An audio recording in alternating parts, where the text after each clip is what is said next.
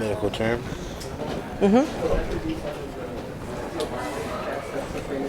Okay, if it starts getting loud, we'll have to close that door, but for now, yeah. Huh? When we do the club rush, are we going to all meet here first and then go? Yeah, I sent an email. The club rush is from 11 to 2 on Wednesday. So we need to meet here for a little while before you go over there, just to go over a couple of things, if nothing else, because afterwards, just go home. There's no... Dimitri, have you got it worked out where everybody doesn't have to stay for 3 hours? They can all... No, it's going to be very simple. We're going to be able to rotate. It's just Okay. going to be handouts and like 8 people doing the desk. So anytime anybody wants to leave, they're able to. We have a lot of people. And anytime people want to rotate, they could. So we're going to keep it very simple. We're going to keep it very light and fun. All right, and also when we do any kind of raffle, which we can do... We can do a raffle on Wednesday?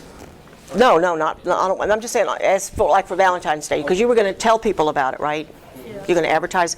All right, tell them that we're going to give them a little sheet about doshas, because some rule at the college, so it's not gambling, you have to give them something.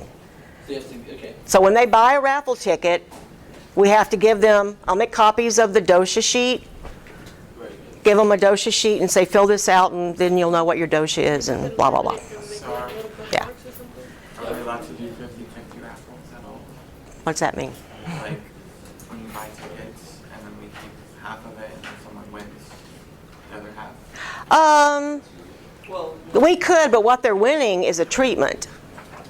They're raffling off a treatment. But yeah, we could do something like that. We could. Usually we don't, but we could. Yeah. So I have a big, huge roll of those tickets, you know, and you tear them off. And don't forget, you should do this at home, or if you in your church or something too. Also let them know, and we could do another one at another time, you know, just to make some sales here. We might be doing something on South Campus. They called me and they're balking at the price, but so what? You know, we're doing this because that's what you're trying to learn how to do, right? Is promote yourself and make money. All right, what I would recommend you do with your weekly sessions is tape them inside your book.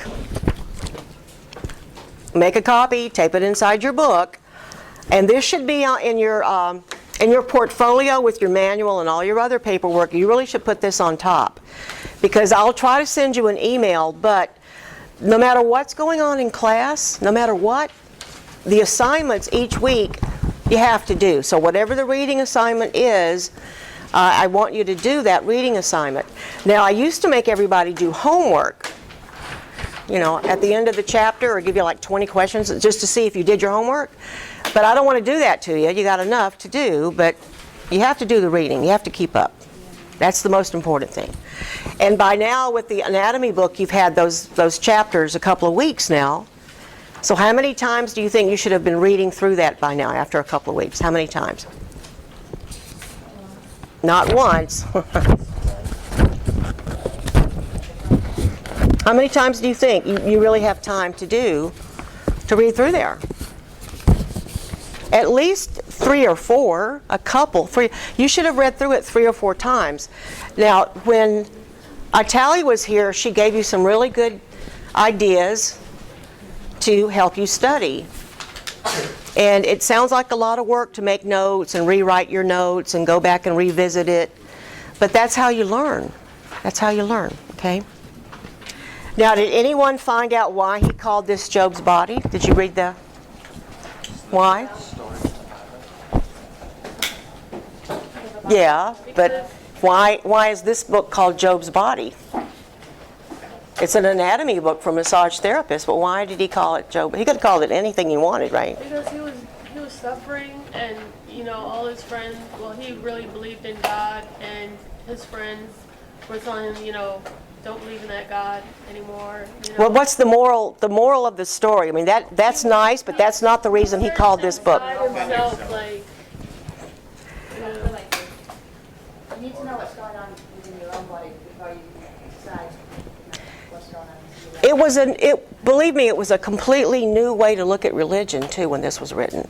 Before, there was the all-powerful God who just stomped on you like an ant, and you really didn't have any say-so in it, you know? You had to follow the rules, and you didn't break the rules.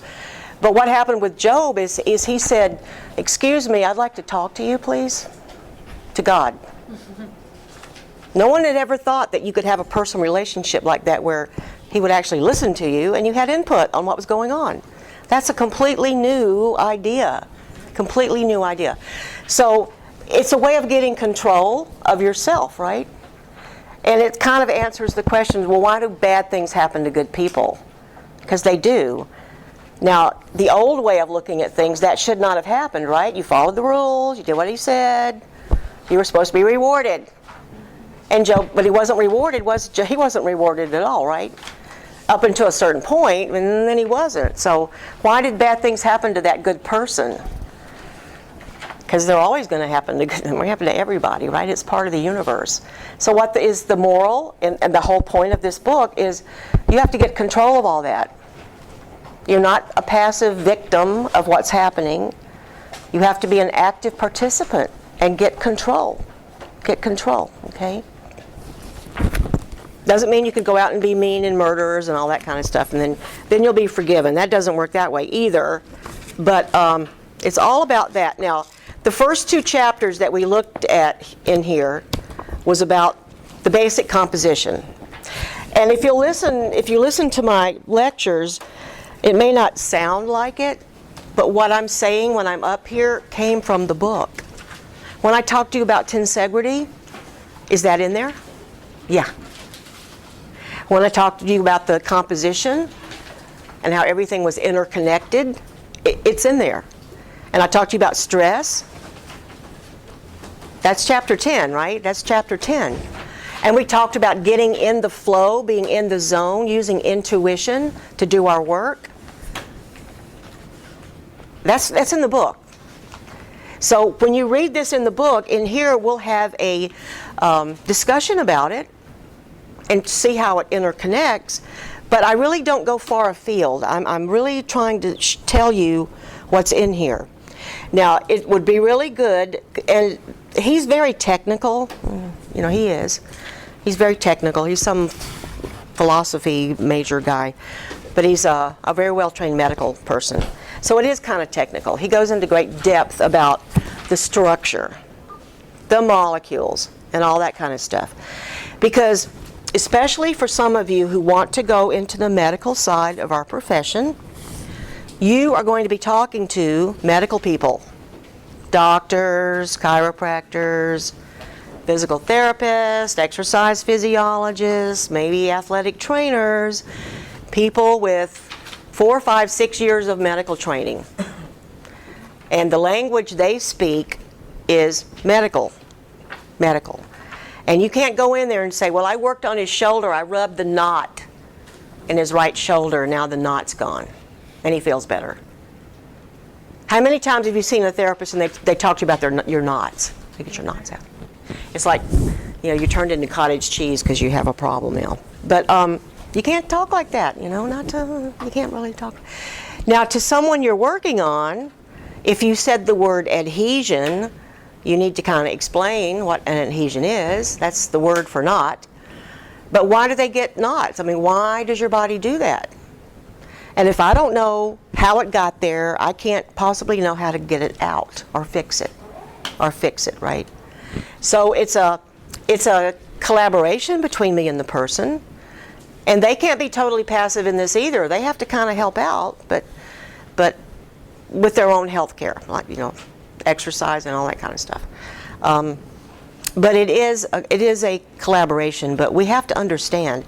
And our physics, and I know I've put this up here before, our way of looking at things, this physical sciences are what we use to describe things. How do things work? How does it work? So our physics, that branch of science, describes how things work, and all the other sciences are based on that. Now, in the Western world, it's called reductionism. What does that mean?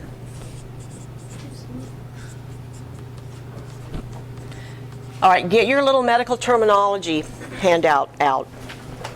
Every time you read in a book, you look at different terms, I want you to look them up in that handout. That should be with you all the time. Because I really don't expect you to sit down with that handout and start memorizing them.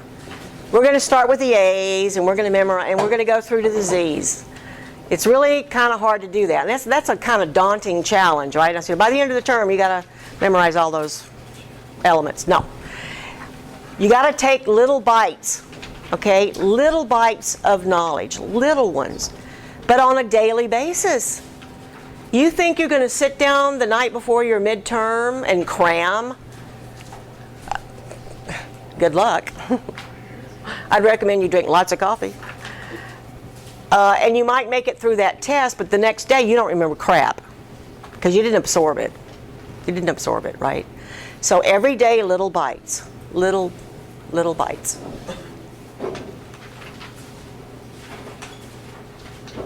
And don't fall behind. You know, don't fall behind. It's really, really difficult to catch up if you do. Now, anybody out there is having a problem, you better be right here in my face. Help me. Help me. Because I'm not going to come to you. You're an adult. You don't want my help? Okay. You flunk out? Okay, that was your choice, right? You chose to do that. Because we got tons of stuff here to help you. There's no reason why you have that problem. And I don't want to see you struggling. You don't need... most people, all it takes is more time. They need to understand it. It's just going to take them a little more time than everyone else. And that's okay. That's okay. You know, I told you I took algebra 5 times. But I got it on the 5th pass. And if I hadn't done it, I wouldn't have been able to go forward with my education, right? Because that was required. So sometimes you got to do what's required, but please let me help you, please, okay?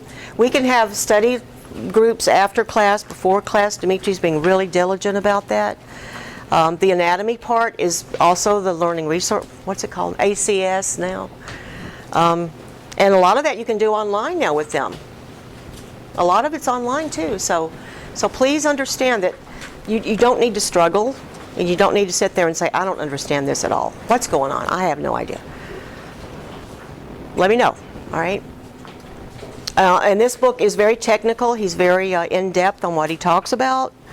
So if it's a little complicated for you, then we need to talk about that. And what I would recommend you do is make an outline. The handout, excuse me guys, you have to stop talking, please.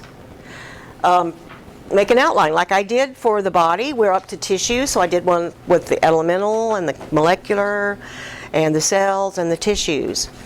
And I gave that to you in a Word document form, which means you can add to it, right?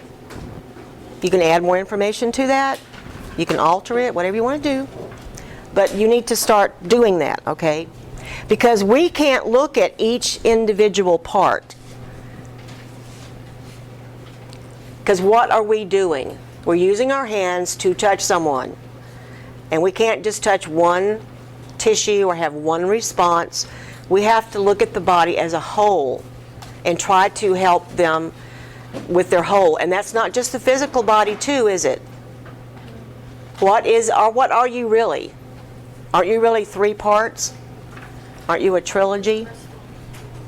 So what are the 3 parts that is you? Body, mind, and spirit. So I've got a physical, and that's all this really wants to look at. I could say chemical. And a wave or energy or spirit. And here it's our soul. You could say it's your soul too, but you're looking at that kind of stuff. So I can't just look at this, right? And I certainly can't just look at this without looking at that. Because what does your book say about this part of your triangle? It's really in control, isn't it, of these 2 parts. Even the part that we think that these guys would say is autonomic. the part in chapter 10 about the nervous system, he does get into a lot of detail. I don't expect you to memorize that and know the autonomic and all that kind of, because we're going to go back over that. Just gives you an overview of how it all fits together. And he talks about hormones and the hormones and all that kind of stuff. And that's another system, so just to get a gist of why is that important, because this is what we're looking at right now, okay? I want you to have an understanding of it, but we're going to go, when we go into those systems, we'll go more into it. So we're going to do the nervous system next term, a little bit now, but most of it next term. So I don't, don't have to memorize that. And just because right now what we're talking about is this, right? Reductionism says the world and the universe is like a clock. It's like, it has a very mechanical structure, right? So if I take it apart, I'll know how it works. But what happens when you reassemble that clock, that body? You look at the parts, but what happens when it's a unit? One affects the other. It's something called a synergy. Who remembers what that word is in your book? It works when the parts don't add up to the result. Good way to say it is it's more than the sum of its parts, right? More than the sum of its parts. And I gave you an analogy of like the mouse trap. The little ball goes down and hits this bar, and that bar hits that, and all these different things start happening as it goes along. And it has to go along and hit this bar, and suddenly lights light up over here, all these other things happen, because it's acting as a unit. It's acting as a unit, okay? So if a word ends in ISM, what does that mean? Nazism, communism, reductionism. Look it up. You got a list of things? Look it up. For heaven's sakes, you got to, huh? It's a process or It's a process or a condition. Process or a condition, right? What is that telling you? That means it's breaking something down, right? Taking it apart. If you reduce something, what did you do? You separated it, brought it down to a simpler level, and that's what we do. We take the body apart. So this is why we use this word.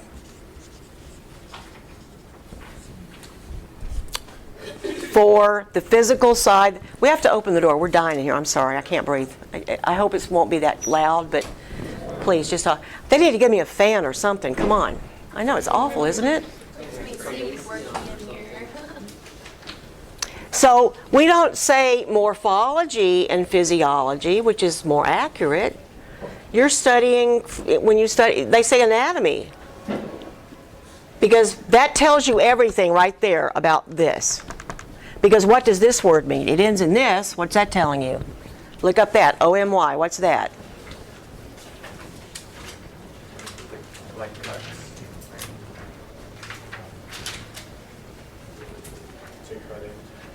To cut into. And this, on the beginning of a word, means after you cut the body up. That word is telling you it's all based on cadavers. Cadaver work. Can you really learn about the human body from a dead human body? I don't think so. It's dead. And you can sew that dead body back up after you cut it apart, but you still don't have a whole human being, do you?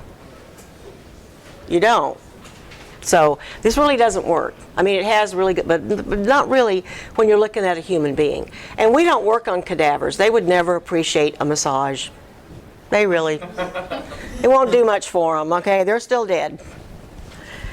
So I prefer the term morphology because I really don't want to look at a dead person to learn about how the body works. So O-M-Y and Anna on the beginning, so now we need to start putting this together. So as you're reading, you come across a word, look it up. Look it up and see what the parts of the word mean and what does that word mean. And that's how you need to learn this, is a little bit every day, looking at what you're studying, You know, when you got time, sit down and go through the whole thing. Start with the A's, go all the way through, and then come back and go back. But you got to start picking up on it as you use it. Okay? And some we already know because we already recognize them. You know hyper, you know hypo, because you've been using them a lot, right? If it ends in O-L-O-G-Y, you know it's the study of, okay? Path, you already know what like pathology means, the study of disease, okay? And then start picking up on all the other words. But as you learn this, I want you to keep that medical term handout handy and just look stuff up as you're reading, okay? Because a lot of it you've never seen before. A lot of it you have. But we're going to look at the person like this. So this book is going to show you the body like that. I could have made you buy the nursing A&P book, you know. But that nursing A&P book will not tell you about tensegrity. It will not tell you about how stress affects the body and the mind and the spirit. It does, that focus is not there. It'll describe the tissues and it'll tell you about connective tissue, but it won't tell you how it's completely interconnected from inside the cell all the way up to your hair follicle. It's one sheet. And it won't tell you about the piezoelectric properties that the body has either, because that's not their focus. That's our focus.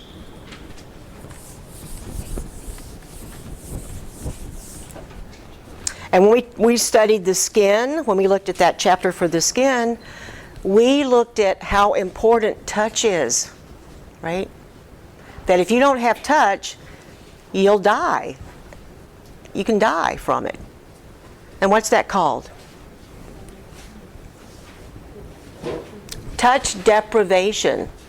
So look up the parts to deprivation in your list. What does that mean? If I deprive you of something. And it's as necessary as eating food and drinking water. We're social mammals.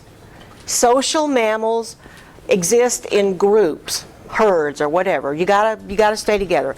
That root chakra, you cannot be healthy or happy if you feel you're all alone. If I have to go through this life alone, that goes totally against everything about me as a social mammal. My core of my being. I'm not designed to be, I won't survive. For like in the wild, maybe 2 days, you know, you're just not gonna make it if you're by yourself. It has to be as a group. It has to be as a group. So that touch is really, it's the first sense that you develop as a fetus, and it's the last sense that you have. It's the last one to go. Last one to go. So it's pretty darn important. And in the book he tells you that they've done experiments where on a 6-week-old embryo, they stroked the upper lip and the baby responded. I mean, he pulled away. So it's a big part of what we do. Gosh, I never can remember his first name, but Dr. Montague wrote a book called The Importance of Touch, and a lot of the research that we read about in here was from the studies and stuff that they did. So they did it on animals and they also did it on people. And some of the places, like at the orphanages, you know, where all the babies were fed, their diapers were changed, but there was no interaction. Did they survive? No. And if they do, their growth is stunted. They don't have enough growth hormone. They got a special word for it, but, you know, they don't grow the way they should. A lot of them are retarded mentally, you know, just because of touch. Just because of touch. And it's something you need throughout your life. So as you grow and mature, if you don't get the touch that you need in the right ways, then you're going to try to substitute something for that. You know, you'll overeat, you'll do all these other addictive behaviors, and what you're really trying to do is satisfy your need for touch. That's all you're doing. That's all you're doing. Now, the skin, the little diagram, and it's black and white drawings, and yeah, the pictures are in black and white. Sorry, they're pretty accurate, so you can still learn from them that are in here.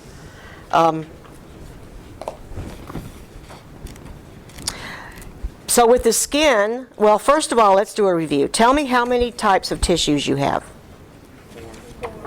What are they? Nervous,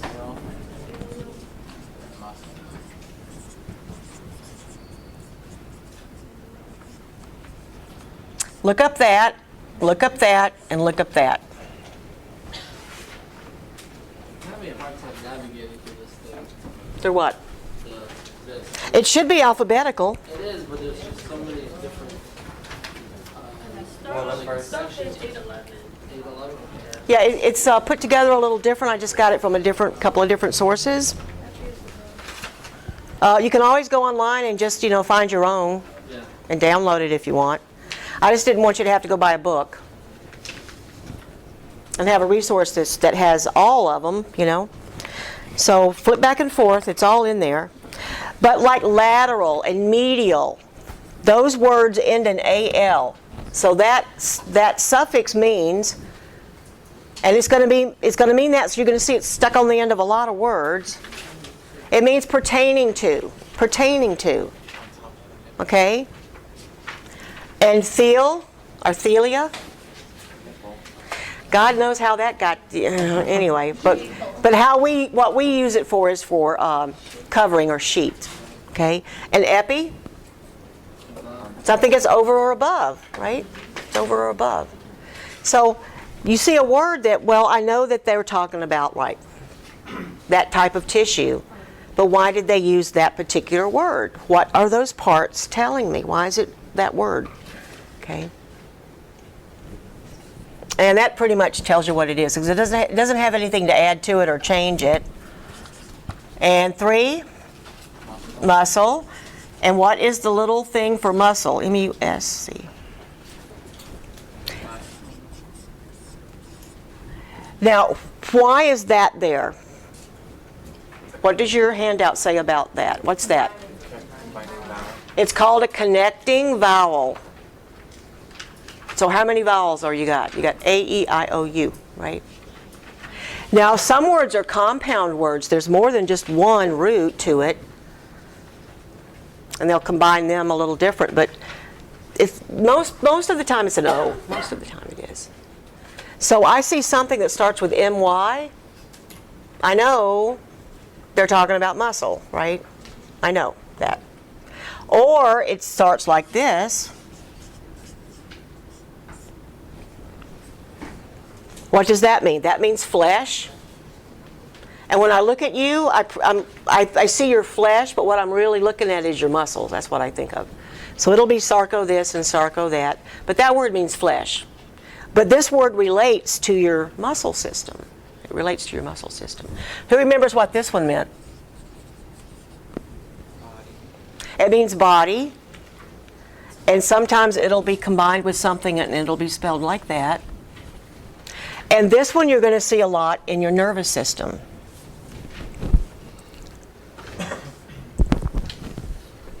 So start using that medical terminology handout and start trying to learn your words, okay? Kind of do it like the Reader's Digest, a word a week or a word a day or whatever it is. But you should be picking it up. And then the more you look at it, the more you recognize. You pretty much are going to recognize that now, right? Know what it is. If it begins with an A or an A-N, what's that telling me? That's without. So whatever comes after that, that's what you don't have. So something we're aseptic, what does that mean? It's germ-free. It's clean, right? So if I develop sepsis, what do you think I've got? Pretty nasty infection, right, of your blood. So as we go through the body, this is what I want you to do. Now, I am going to give you a list of pathology terms. That does not mean you shouldn't look at pathology terms. So when we look at the nervous system, I'll give you like 20. Of the ones that are common, the ones that you're probably going to run into in your work. And then there's other things that are statistical that will probably turn up on your test. Like, what is the leading cause of death in America? What disease kills more people than any other one? Yeah. Stuff like that. That's what you need to know, right? What you need to know. Oh, I did. I was going to get to that because we're going to talk about that right now. So the big bad one that we are working with the most the most. Okay, muscles, yeah, but there's a lot more connective tissue than there is muscle tissue. And the muscle tissue really doesn't do anything unless the nervous system tells it to do something. But it can only do something that the connective tissue allows it to do. In fact, nothing can take place that the connective tissue doesn't allow to take place, right? In one way or another. There's not one cell in your body that does not touch connective tissue. If it's a connective tissue cell, it's touching other connective tissue. But everything. So it's everywhere, right? It's everywhere. How many types of connective tissue do you have? And hopefully you read your outline I gave you. We did do it in class, so hopefully you got a chance to go back. So first we have to classify it. And I need to make a correction on the study guide I gave you for your midterm, where it's talking about connective tissue. I need to add one type in there, and I told you to do that, right, in class? Yeah, add irregular to it. But to study an organism, you have to know how it's organized. So you can take this book. Now I'll do one chapter for you. I'm going to do an outline of one chapter for you. But this is what I'd like for you to do in here, to organize it. I like outlines. I like graphs and all that. It just makes it easier for me to see. And I gave you a whole series of frameworks and graphs for all the systems, which I'll make a copy for you. It's easier for me to see it. But you know, everybody's different. That's why I try to give you a variety. Everybody's different. And you have the ability to go on and look it up yourself and find, oh, that graph I can understand that one, or this picture really speaks to me, or the way this guy describes it, I understand that. Okay. Unfortunately, there aren't that many books that are written like this for us. What most massage therapy people do is they just adopt a regular anatomy book, which is not a good idea, because what we're doing is totally different. But and I think there's someone else that's going to come out with something, and she's from India. She's a doctor, an Indian doctor, which I'm pretty sure her book's going to be pretty good. So the connective tissue is surrounded by everything. So somebody tell me, like when we did the regions, we had the really big section, that the whole first half of your body, and then we got more specific. So somebody tell me give me a definition of connective tissue. First of all, you got to know what it is. So what is it? And you can look on your handout I gave you. You can look it up. What's it described? I like to just say CT. You should know what I mean when I talk about CT. So when we study this, tissues and systems, the first thing you got to know is what's the definition, what's it doing, right? What are the components of it? So when I look at something, a system or an organ, first of all, I got to know what are the cells, because that's what's making up that structure, right? What are the cells? A nervous system cell, a nervous cell is going to look totally different than a connective tissue cell. Why? Why are they so different? This is a 100 million question. You get this right, you get like maybe an A.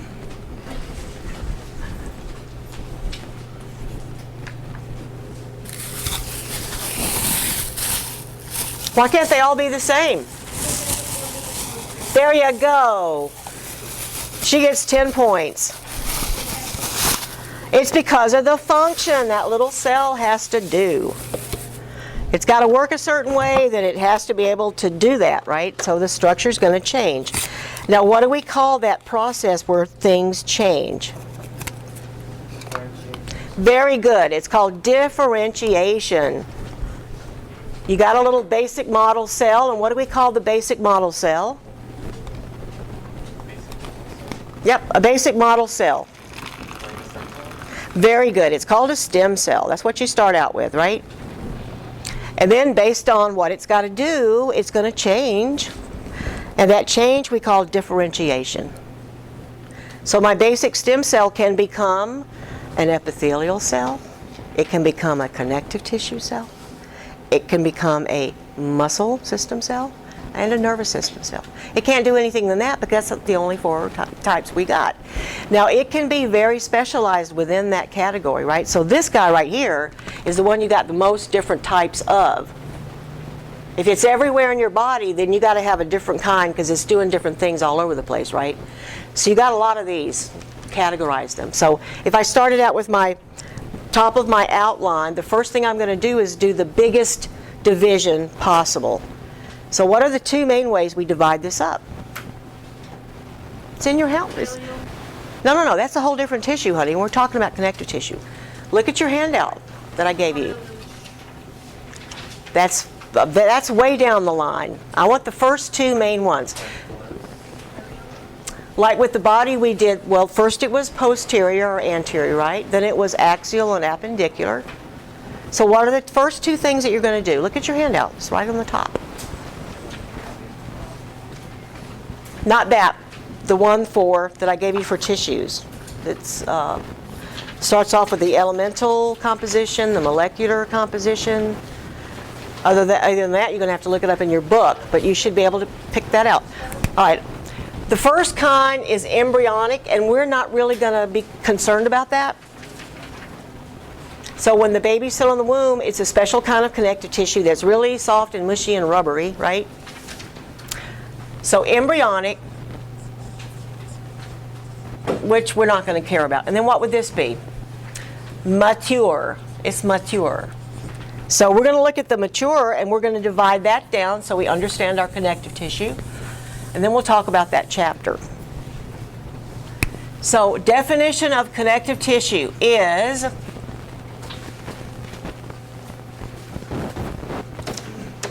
well, what does connective mean? Pretty straightforward, right? It connects stuff. That's its job. It connects stuff. It supports everything. It holds everything together.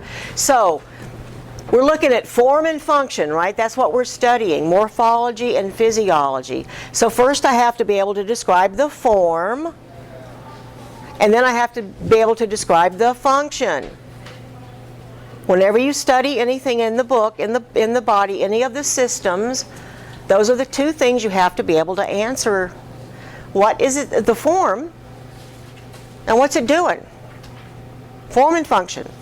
You could say that instead of A and P, couldn't you? You would be more correct if you said form and function. And the Latin way to say that would be morphology and physiology. Okay? So this is the stuff that supports, binds, does all that kind of work. Connective. Okay? Two main ways we're going to break it down is embryonic, and I don't really care about embryonic. But now we're looking at mature. So tell me where I go from here. And in the last lecture, we even put the cell types up there from the nervous system. Remember? Broke it all down. All right. On my little outline, the next largest section under mature is going to be, it's called proper and specialized.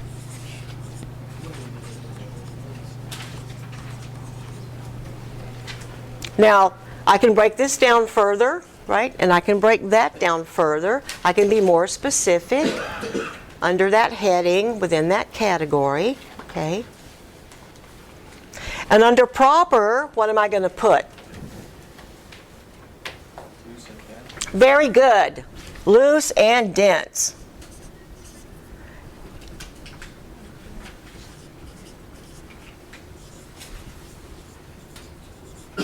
Now, I can break this down further, right? Yes. I can break that down further. All right, over here, what's going to be under specialized? Cartilage.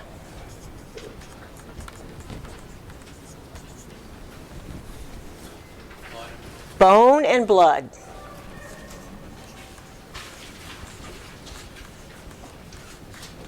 Now, each of those types is connective tissue.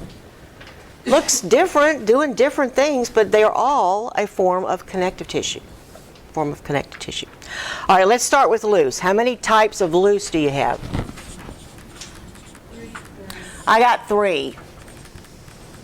And what are they? Areolar.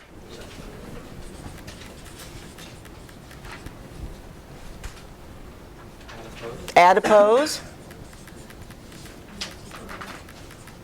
And reticular, R-E, T-I-C-U-L-A-R. Okay? Now, this means net-like. If I use the word reticular, I'm talking about something that acts like a network or a net. So my palmar retinaculum, the palmar part tells me it's going to be here, right? And like a membrane or something, it's a sheet. And if it's a palmar retinaculum, I know it's acting like a net. If you look back there on your muscle chart, if you look at the wrists, you see that band that's holding everything else down. They bind everything, like you threw a net over them, keeping them all in place, holding them together. You have them on your feet too, a little band down there. And it's called a reticulum. How about my endoplasmic reticulum? Why is it called that? Because it's a little network. It's a little channel of all these little tubey things cooked together, right? So I've got three kinds of loose. Most of your connective tissue is areolar, because that's like the packing material of your whole body, kind of packing everything in. And then under your skin, you got a lot of this. What's that? That's fat cells. That's fat tissue. You got a lot of that, right? It has a very important job. It helps regulate our body temperature. It kind of keeps us from getting ripped and torn when we fall down. We just bounce because we got fat there. And based on your hormones, which we'll study in which system has hormones? Endocrine. We'll look at why a man's fat is different than a woman's fat. You know, guys don't get cellulite. Don't you hate them? They don't get cellulite because their fats is composed differently. What all cellulite is sick fat. It's got a disease. It has lymphedema. Fluids have come into the tissue and broken up the collagen fibers in the little cells, and they're like floating around on all this fluid, and the body tries to kind of hang on to all that stuff, so it wraps it up in a cocoon of collagen fibers.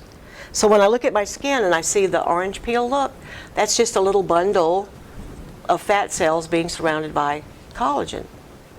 And if you read your book, you know how strong collagen is. How strong is collagen? Stronger than steel. It's extremely strong. So it's really hard to break it up, right, once it gets on there. And we can buy all these products, and we just spend a lot of money and time trying to get rid of our cellulite, right? And that's just thick adipose. So ours is really loose. Our cells look like this. Lots of fluid can get in there and cause a problem, right? Guys, yours looks like this. Yeah, much tighter.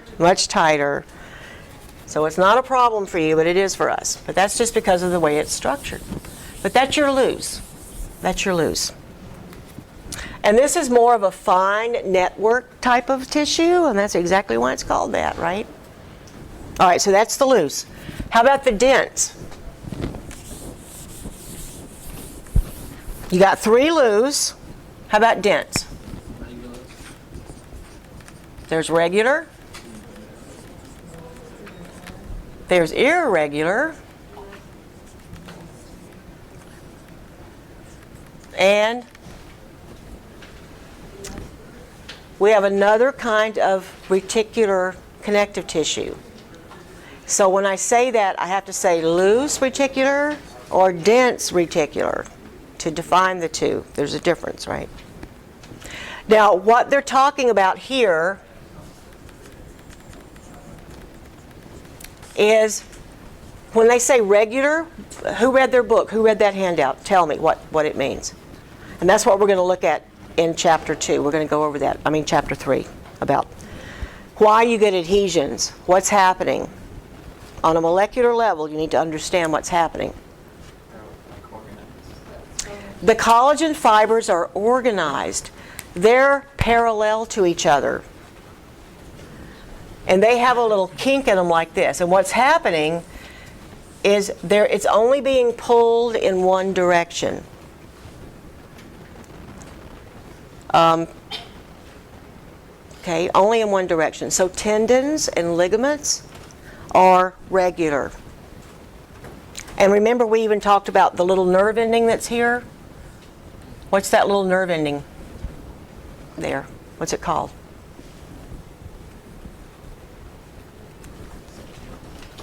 Those are spindle cells. They're proprioceptors, okay? And these strips of collagens are usually in the belly of the muscle. So there you've got another way, and this is, I'm getting ahead of myself, but inside there, it only is in one particular spot, and we call that intrafusal, and then you got other parts that are, all right, here's another thing that you need to understand. I'm sure that you've seen these before. What would be the difference? When would I use that, this prefix and this one? What would be the... Intra is inside one body, and the inter is connected. Is between the two, right?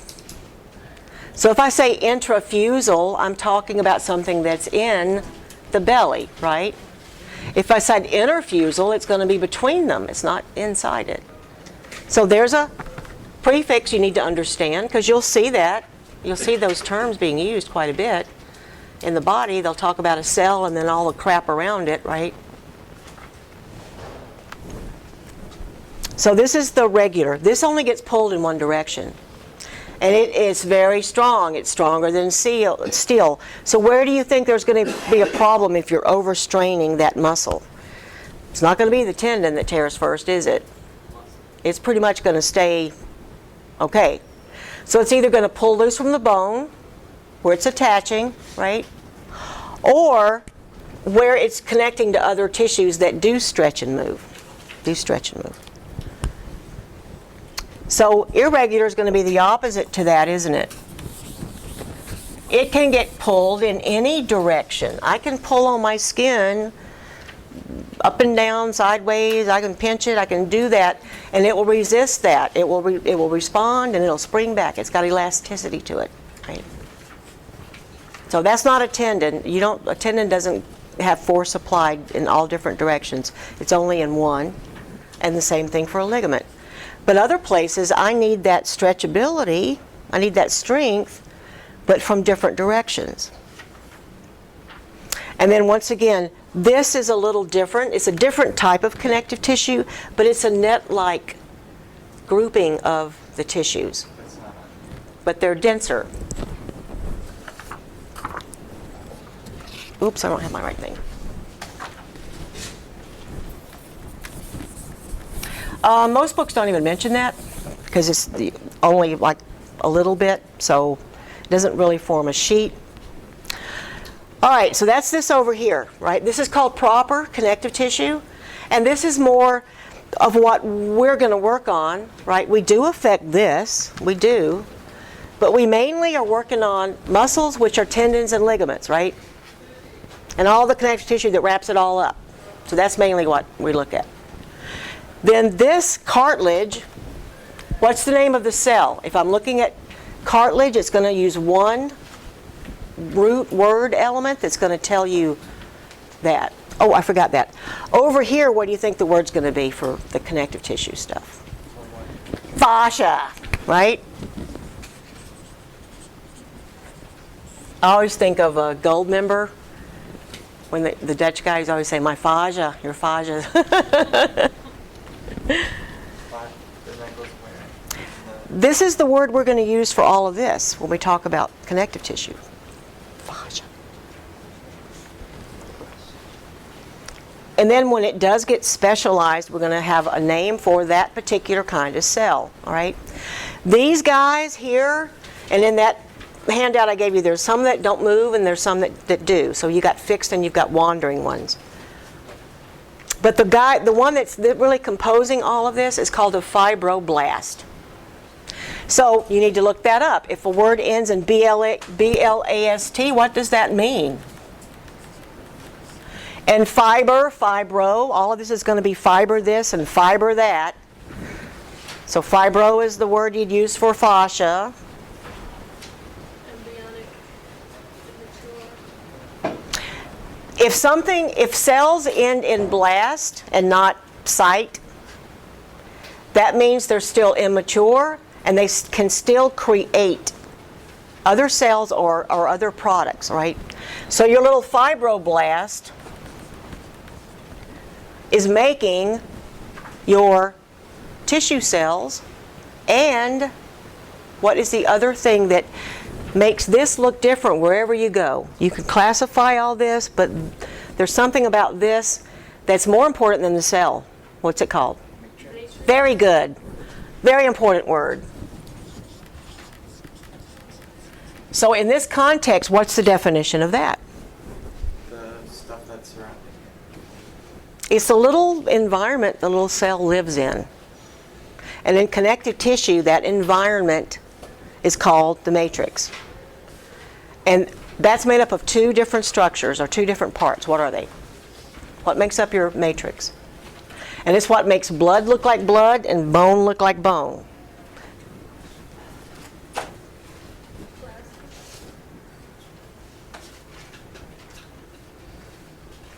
Well, one thing is the collagen fibers, which is what you just studied for a couple of weeks on connective tissue chapter. It's all about the collagen fibers, isn't it? You get an adhesion, it's a problem with the collagen fibers. You age, you dry out, it's a problem with the collagen fibers. It's a problem with that. So the number one thing is the fibers, all right? They're all proteins, but they have a little different shape because they're doing different things, but the main one is collagen. And most of your body is collagen, all right? Like 90% collagen.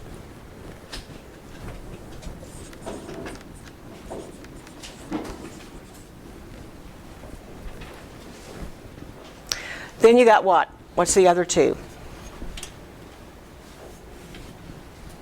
Little fibers floating around in there. Collagen is the main one. What's the other two? You got your hand out?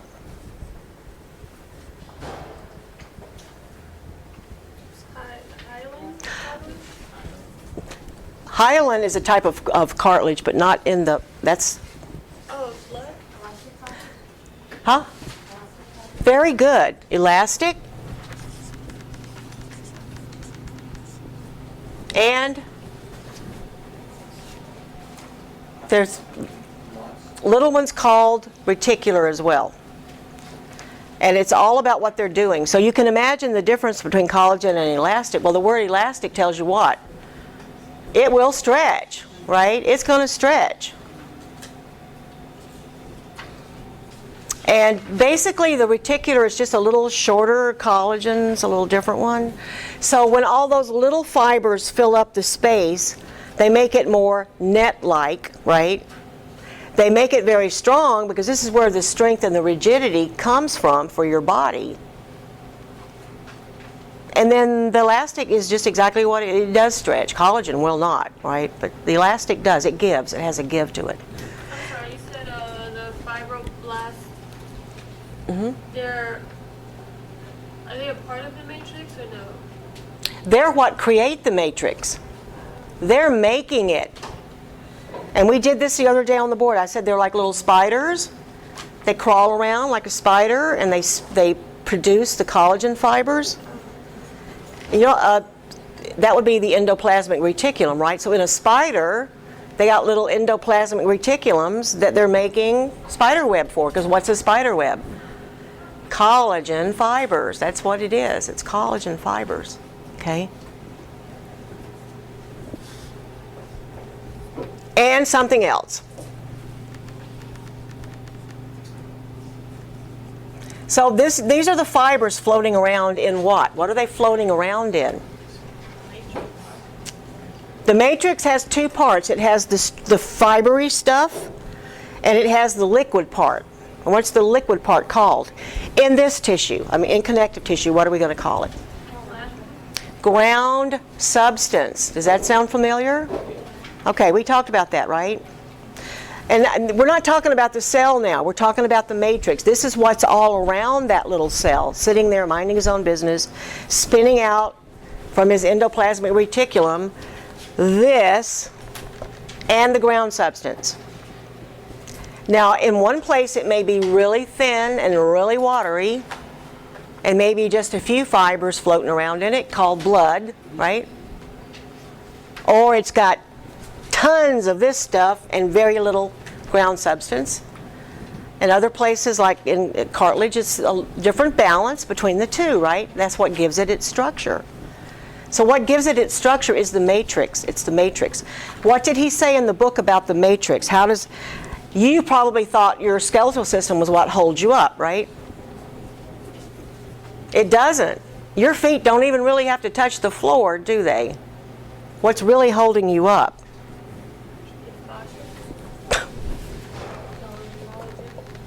It's very, very strong. Think of it like a balloon, like you're a water balloon. He uses this analogy in the book, right?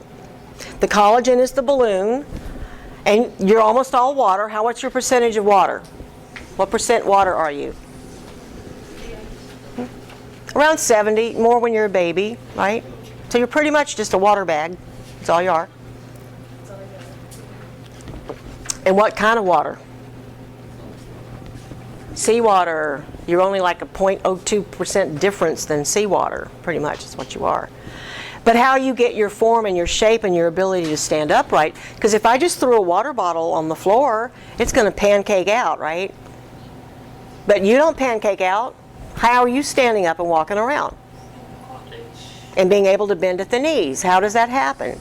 Well, all of your collagen, all of your fascia, twist, like you take a balloon, the guy at the fair, and he makes a little poodle out of it, right? Because he twisted it up here and he twisted it up there, and he separated the air into little compartments. Well, that's what your matrix does. That's what your collagen does. Very strong. So, can you compress water? If you read that chapter, you can answer this question. Can you compress water? No, you cannot. So if I compartmentalize all that stuff, I can't really compress it. It's going to stay where it's at. It's going to stay rigid. It's going to stay full. So the collagen is what binds everything off in all its little different areas. But because it's bound off so many of them, you have something now called what? Hydrostatic pressure. Hydrostatic pressure. So other books will probably tell you, well, what holds you up in your support is your skeleton. It absolutely is not. Based on an integrity system, which is what your body is, what are the bones doing? They're acting as levers. Some of you who have had anatomy before, what's the lever? When the bone acts like a lever, what does that mean? Supporting the movement. It allows you to use less force to move something, right? So if I had to pry a big rock out of the ground, I'm not going to try to push it out of the way. I'm going to go get a big metal crowbar and lever the darn thing up. Because now, 10 pounds can move 100 pounds. Levers, that's what your bones are for. If you didn't have them, you would be an octopus. He gets around pretty good, but he's in the water. But I mean, you could ooze your way around. But it's going to take a lot of effort to do it, isn't it?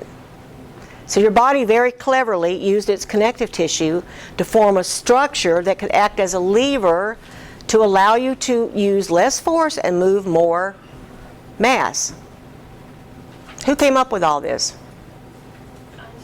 No, long time ago. Back with the Greek people kind of started everything. They were the first ones to kind of, God, I'd like to talk to you. They started thinking for themselves, right? Archimedes. Remember Archimedes? He was the one who discovered hydrostatic pressure. He discovered buoyancy. It's an interesting, you ever heard the story about how he came up with this? It's so cute. And he was old. He was like in his 60s. But he was working on something else. I forget what it was. Somebody wanted him to do something, and he couldn't figure it out. He was trying to figure out how to do it. And he was being a nuisance to the whole family. So finally his wife or somebody said, please leave us alone. Stop talking. Go take a bath. Just get out of here. You haven't bathed in 3 days. You've been in your room. We're all going nuts. And when he went in and they drew the bath, and he gets into the bathtub and he watches the water come up.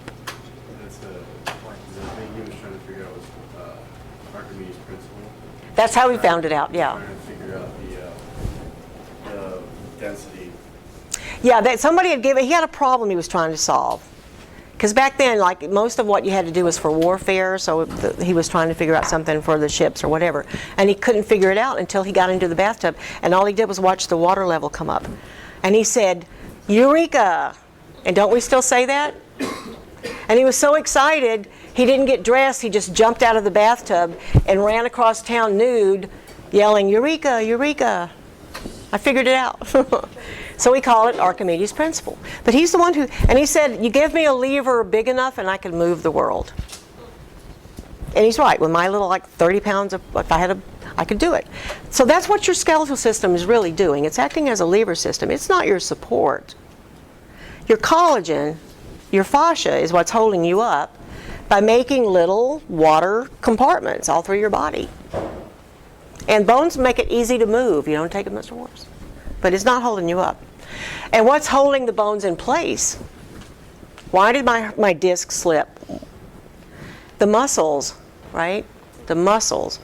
So we can actually change someone's posture and the way their body functions with gently pulling on the muscles. That's what we do. Chiropractors will do what instead?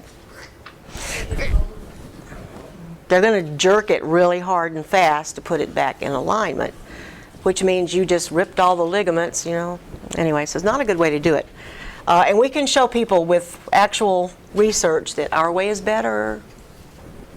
If you need to work on your connective tissue, what we do is better. What if we did like chiropractic and then But that, most of them they do both. They have a massage therapist there too. so would that be good to like have the body strength and then work on it? All right, we could talk about that more in depth, but for most people, most doctors, it's a matter of making money and having as many people come through the office as possible. So they're set up to have maybe 3 or 4 services. They come in and they get the ultrasound and that, and they get a massage, and they exercise, and they see the doctor. Now, what order does that happen? It's usually just what the personnel you got working that day, who can do what, and sometimes it'll be the exercise that's first. But technically, it should be done one way for everybody to be the best benefit, right? But it doesn't always work out that way. So, but they do all of those services, you know. And back in the day, we only did maybe 4. Now, the people that run the clinic say, charge as many units as you possibly can. We need the money. Yeah. And this one guy that I worked for, this PT, he would have a contest, you know, to see who billed the most. Kind of like lawyers, you know, how many billable hours or minutes did you get to charge to the firm? And that's, yeah. It's, you know, I did it for a long time, but it's stuff like that. That's why I don't do it still. It's a big money game. And a lot of it's not ethical. You either play along or you don't, and everybody has to play the game because you got to get paid by the insurance company, you got reimbursed, and you play the game that they set the rules for. So it wasn't the medical profession. So along with these little fiber guys floating around, which is going to make it different, how many do you have? How thick is it? Is it more reticular? Is it more elastic? Is it more collagen? Okay, but what they're floating in is something called ground substance. See, everything you can start out being very general, but you can then become very specific. But when you learn all this, you need to know how it all goes together. So over here, floating around, every cell is floating around in their little juice. And it's going to have ground substance and it's going to have fibers. Those are the 2 parts that make up your matrix. And where does that come from? Who's making it? The fibroblasts. They're creating it. They're creating both of those parts to your matrix. The water's there, they just mix it all up. So the ground substance can have it's usually a glycoprotein, but other things are floating around in there. And it can make it really, really solid, hard like plastic, or really, really soft, right? Really soft, just according to where it's at. But this is everywhere. because the cells are, that's what they're sitting in. So the big difference between the epithelial tissue that we looked at and the connective tissue is the number of cells. Because remember when we did epithelial, what did it look like? I drew this on the board for you. It looks like paving stones, right? They are jammed right up against each other. Very little matrix, very little, just enough to kind of glue them. It's like grouting lines, that's about it. But in this tissue, it's going to be just like this. Here's some cells, kind of floating around. How many fibers are there? Not too many, not too many.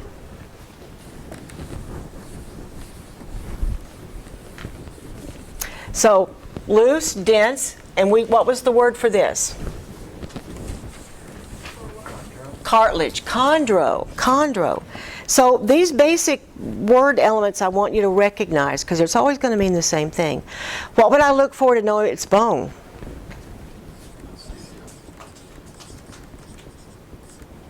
Os, O-S, or osseo, or osteo.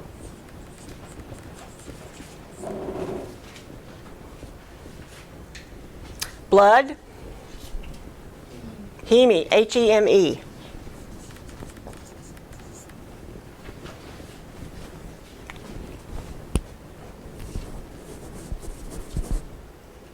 So a cell here would be called a, what's it called? Osteocyte. Here, there's special ones, right? Different kinds. Now, all the old books used to call them corpuscles. Now they're called what? Formed elements. They're called formed elements. And you've got very special ones in the blood. You've got the red blood cells, and what are they doing? They're picking up, taking oxygen out to the cells and bringing what back? What is it? CO2, right? The waste product from respiration is CO2. So it takes that out, and when it's taken it out, it's nice and red. Drops it off. Picks up the CO2. Now what color is it? Blue. You see a picture, a diagram of the body? They always have arteries red. What color are the veins? They're blue. They're blue. Okay? So that's what it's doing. What about the white blood cells? And what would we say there? Red blood cells, the Latin for red is what? Erythro. I see that. I know they're talking about the color red. So an erythrocyte is a red blood cell. What's the word for white? Leuco. So I got leukocytes. Those are the white blood cells, right? Then the little ones that break apart and make the fibers for the platelets, they're called what? Who knows what that cell is? Thrombocytes. So that's in your blood. Okay, these are called osteocytes, right? Now, if it's still making the tissue, so in here, if it were somewhere else, I'd call it a fibroblast. But in here, what am I going to call it? An osteoblast. Okay, and here it will be a chondrocyte. Okay. Now, like everything else, you've got a variety. So here you got a variety. They're not all the same. Here you got a variety. There's two kinds of bone tissue. Two kinds. And you got one type of blood, the plasma, but you got all these different cells floating around in it. It's doing different things. So you start general. The whole thing is connective tissue. Then the two major kinds is the embryonic before you're born and the proper, and we're not going to look at the embryonic because we don't work on infant fetuses. And under the proper, you got what?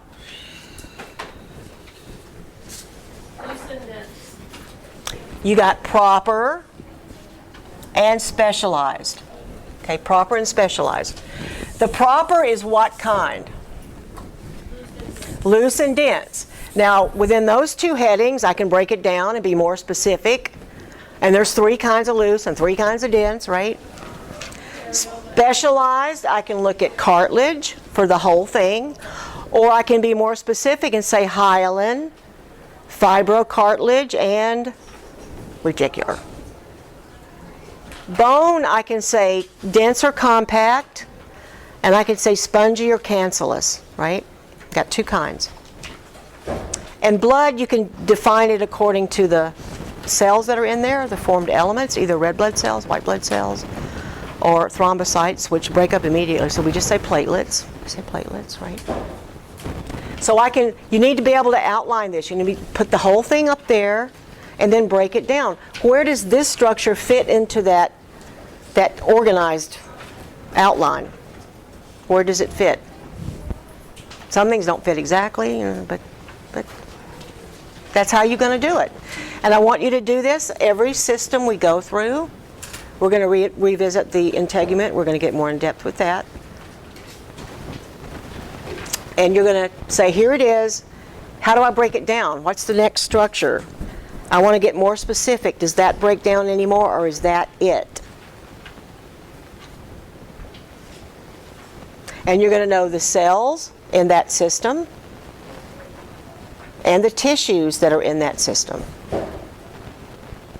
So morphology, that's how you're going to study the body. That's how you're going to look at all this stuff, okay?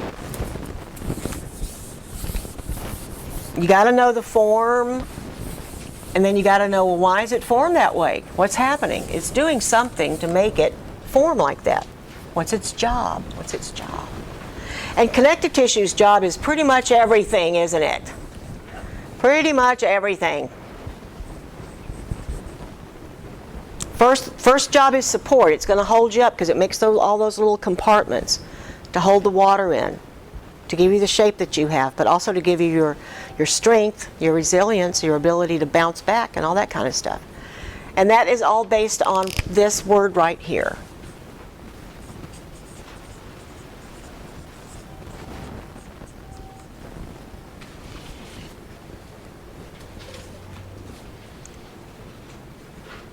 Which most people credit Buckminster Fuller for coining, but there was actually a doctor that talked about the human body and used that term more than him, but he kind of gets the credit for it. And that's really a combination of two words. What are the two words? Big part of your chapter, right? Tension and integrity.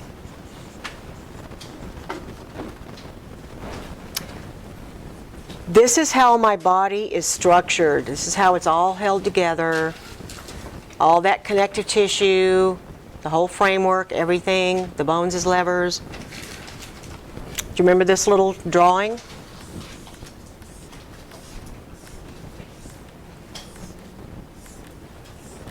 Right? How does my little house stand up? Well, the pole's not doing it. What's holding the pole up? The connective tissue that is holding that structure together. So if something happens in one part of the body and it shortens up, what happens to everything on the other side? Yeah, if this side gets closer, this side has to get further away to keep the balance, right? And it's so good at it. You've seen people like this, old people, they look like a pretzel. The shoulder's way down here, and they're still walking, aren't they? What your body does is try to keep your eyes level with the horizon. And it'll start making you do all this craziness just so your eyes stay level with the horizon. But that's connective tissue. Now in the book he showed a picture of what? What did he show a picture of to illustrate this? Not my little tent. What did he use? Say it. A sweater. Remember the picture of the sweater? And what happens when you pull a little hook in one little corner? What happened to the rest of the sweater? It responded to that stress and that strain, didn't it? And the whole weave got crooked. And the reason we use a sweater as an analogy, because it's a very great analogy, because your connective tissue is one continuous strand. How do you knit a sweater? It's one string of yarn, isn't it? But look what you created with it, with that one string of yarn. This beautiful structure.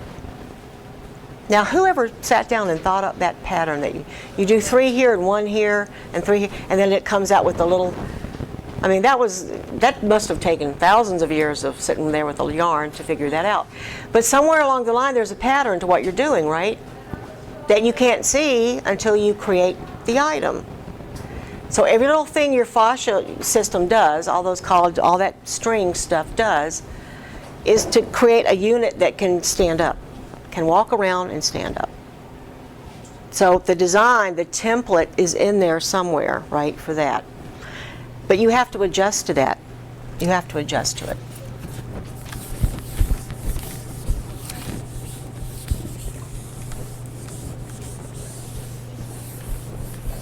And this is all in your book. I'm not doing or saying anything that's not part of that chapter to kind of illustrate what he's talking about. Now, look at I forget which page it is. He's got some pictures of the actual collagen fibers, to what they look like.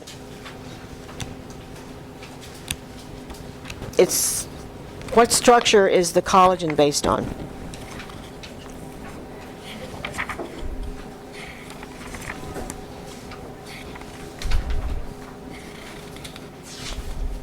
And this is a really good picture of the dense connective. It's black and white, but there's good contrast there. You can see the fibers and what they look like. You can.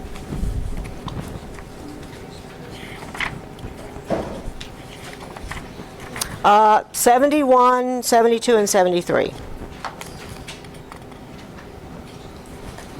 And if you want, you can do like I did. I just highlighted the one part that he's talking about. It's a different color so I can see it, but that dotted line, okay? So what it is molecules that are designed into, what do we call that shape? What is that shape you're looking at? It's double helix. Helix is a twisted shape. For the same reason that rope isn't just one bundle of strands that you hold on to, they're braided, aren't they? What does that do to the strength to braid them? Much, much, much higher strength, right? Much, much higher strength. So it's done like that for a reason, okay? Collagen fibril. It requires a load 10,000 times its own weight to stretch it. Now that's pretty darn strong. But these little guys are lined up in a helix, and then they're bound together with something called a hydrogen bond. Page 73.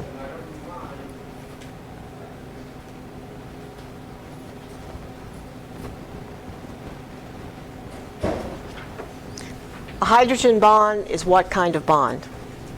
Because we looked at the 3 kinds of bonds. Which one is that? You've done this before. I would study with this guy. If I were you, I'd study with him. It's called covalent. And what does that mean? If I have a covalent bond, which hydrogen is, hydrogen bond, they share, but it's going back and forth not evenly. There's more positive one side of that molecule than the other. So your oxygen molecule kind of looks like this. It's got oxygen, but the 2 hydrogens are only on one side. They're not on either side split evenly. So you got a difference in polarity there. Polarity there. Very strong bond though, by the way, very strong. This is why raindrops form little round nodule looking shapes. You have something called surface tension from water because of this bond that it has.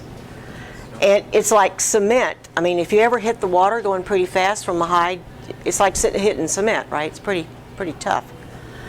So what are the other 2 forms of bonds? Huh?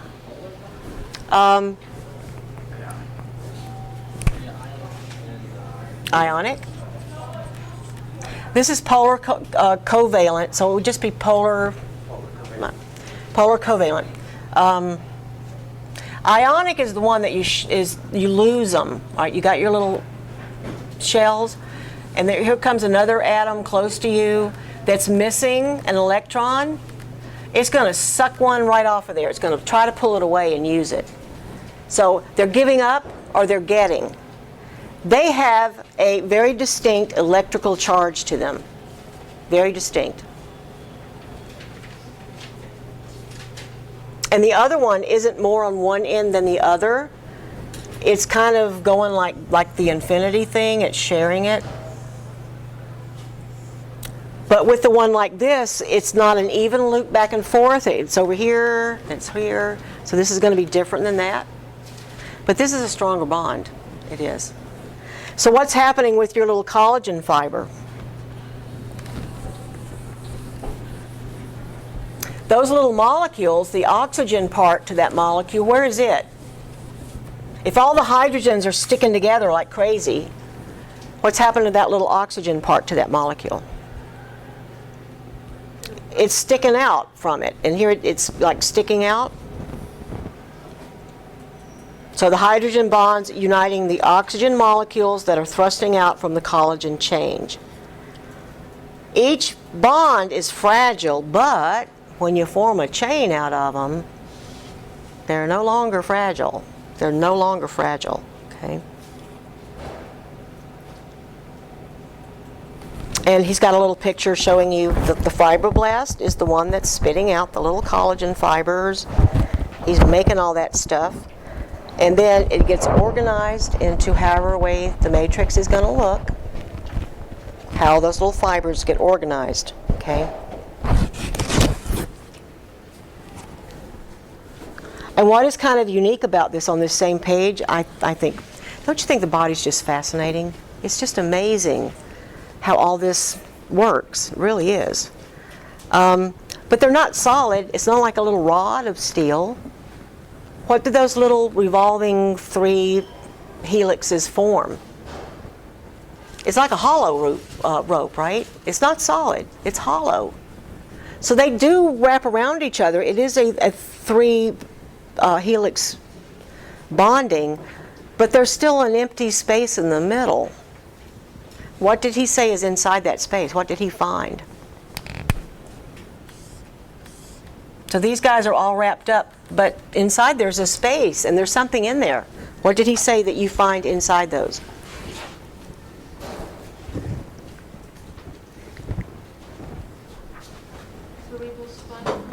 Yeah, there's cerebrospinal fluid in there.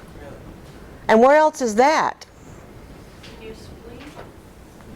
In your nervous system. Your brain and spinal cord are kind of floating inside the column because it's surrounded by all this fluid.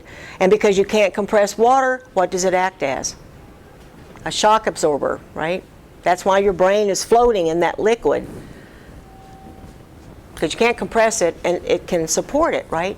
But they're finding this inside these collagen fibers, which are all over your body, everywhere in your body, not just there.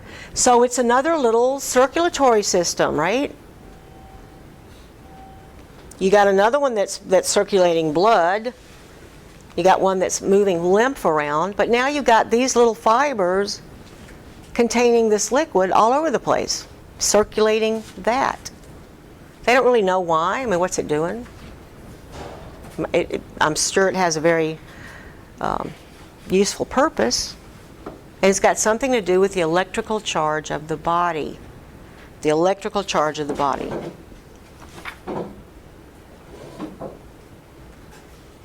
So after reading this, and up here on page 74, when you get to the word adhesions, which is right under the picture, who can explain that to me? Don't say knot. You got some knots in your shoulder.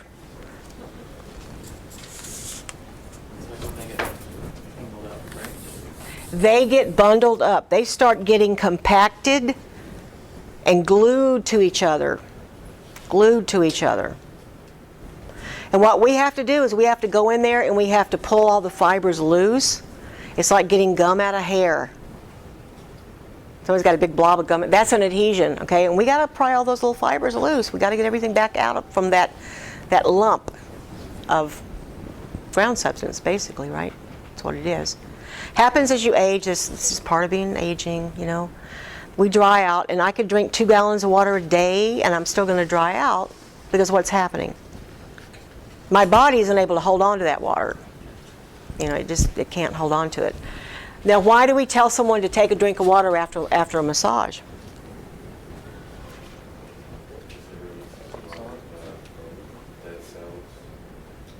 To help remove the fluids through and the toxins that we just flushed.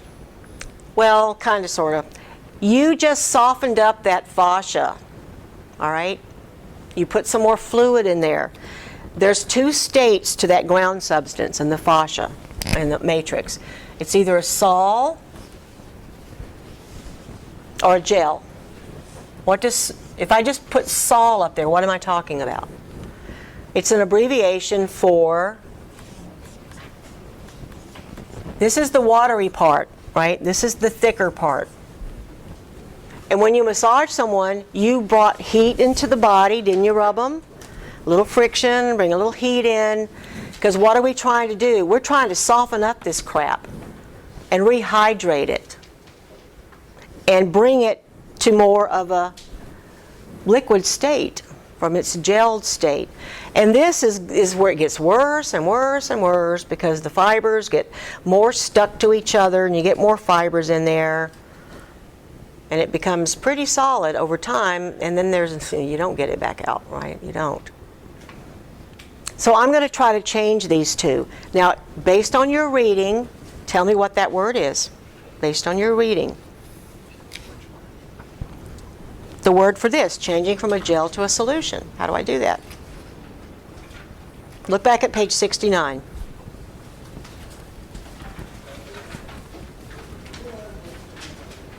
What's that word?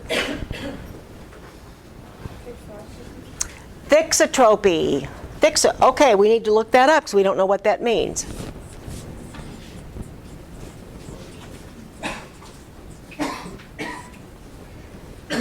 You see trope, tropy, thixo. What am I talking about?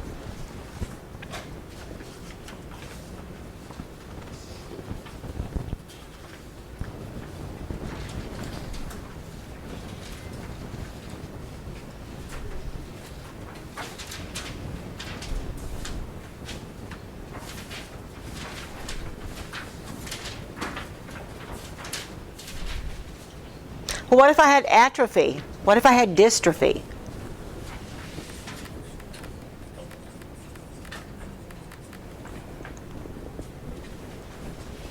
This means a change. There's a change, okay? You're changing something. And it's the consistency of the tissue. If something is really thick, we would say it's what? Viscous. Viscous. That would be the word you'd use. And what does that stand for? Viscous. I have a viscous property to this tissue. That's how much it flows. How much flow does it have? Well, between honey and water, which one is more viscous? The honey, right? That's the gel-like qualities to that fluid, that liquid stuff. And the term we use is thixotropy, because what we're trying to do is we're trying to change it from this to this. We're trying to warm it up, we're trying to soften it up, we're trying to hydrate it.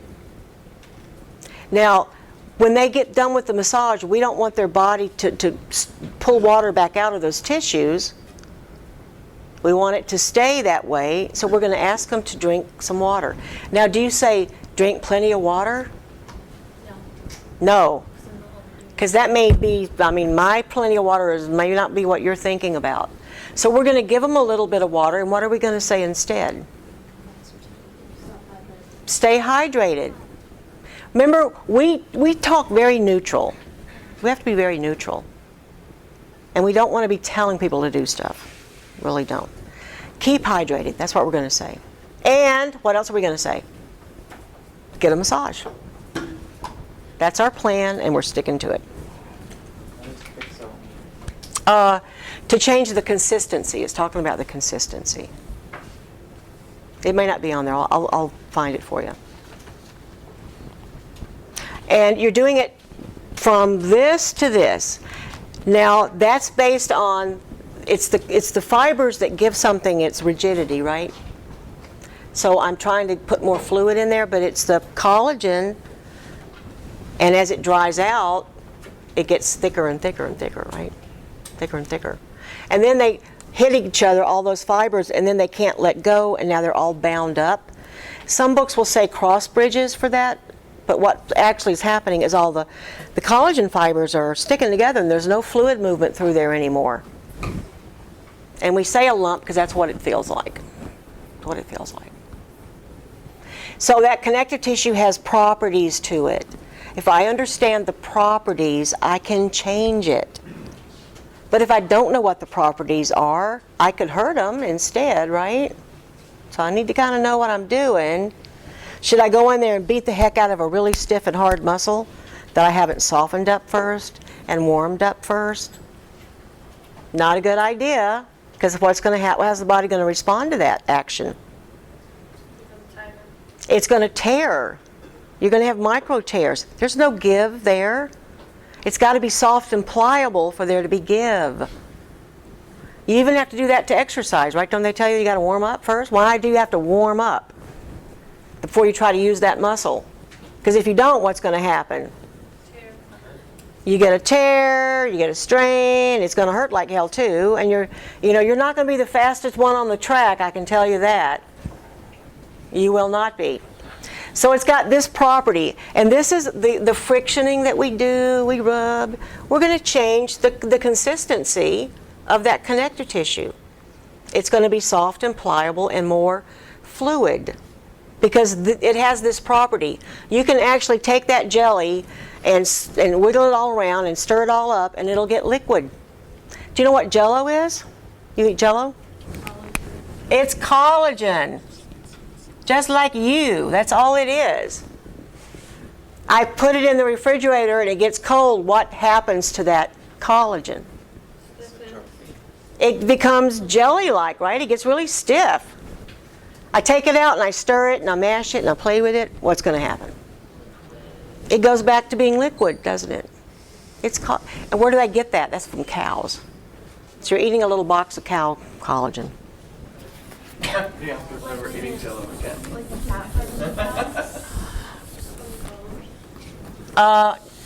Yeah, the marrow, it's really, really good. So that's one of the properties. All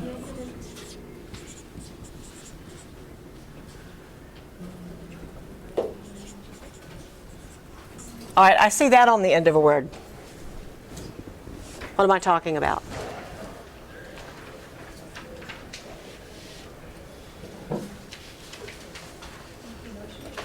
It's a process. It's another way to say process, hysteresis.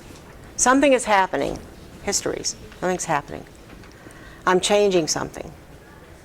So you've got thixotropy. That's the main property of connective tissue. This is another property of connective tissue that changes its consistency. This means I inputted energy into the system. How we do that is something called cyclic loading. So I massage, and I massage, and I massage. And I build up friction and warmth, hysteresis. Now, sometimes when you're doing a massage, when you do cranial sacral work, and you either let their head balance over your fingertips or you're doing something and you're inputting energy into that system, it will give on its own. And we'll say it felt like the tissues melted in my hand. Feels like it did, because that's kind of like what it did. So if you're holding back here and you tell them to let their head just fall back to the table, at first they're kind of like this, but then after a little while, don't they start going like that? I'm not rubbing them. What's happening? What's changing? It's softening and lengthening, right? I put some energy into the system. The best way to do it is rub them back and forth, back and forth.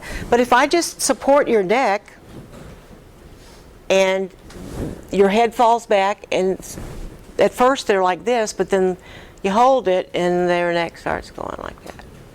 because that fascia is going to respond to that energy you put into the system. And then the other one is called creep.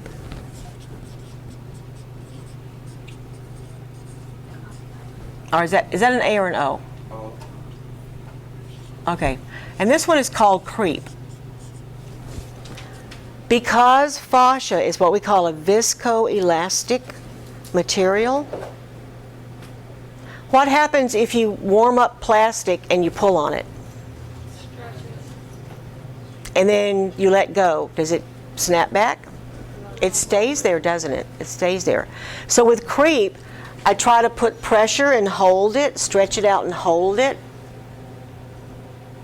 And I want it to stay there. You know, once it's soft, I still want it to be longer than it was before. If you wear a pair of tight socks and you take them off at night, can you still see the sock imprint on your leg?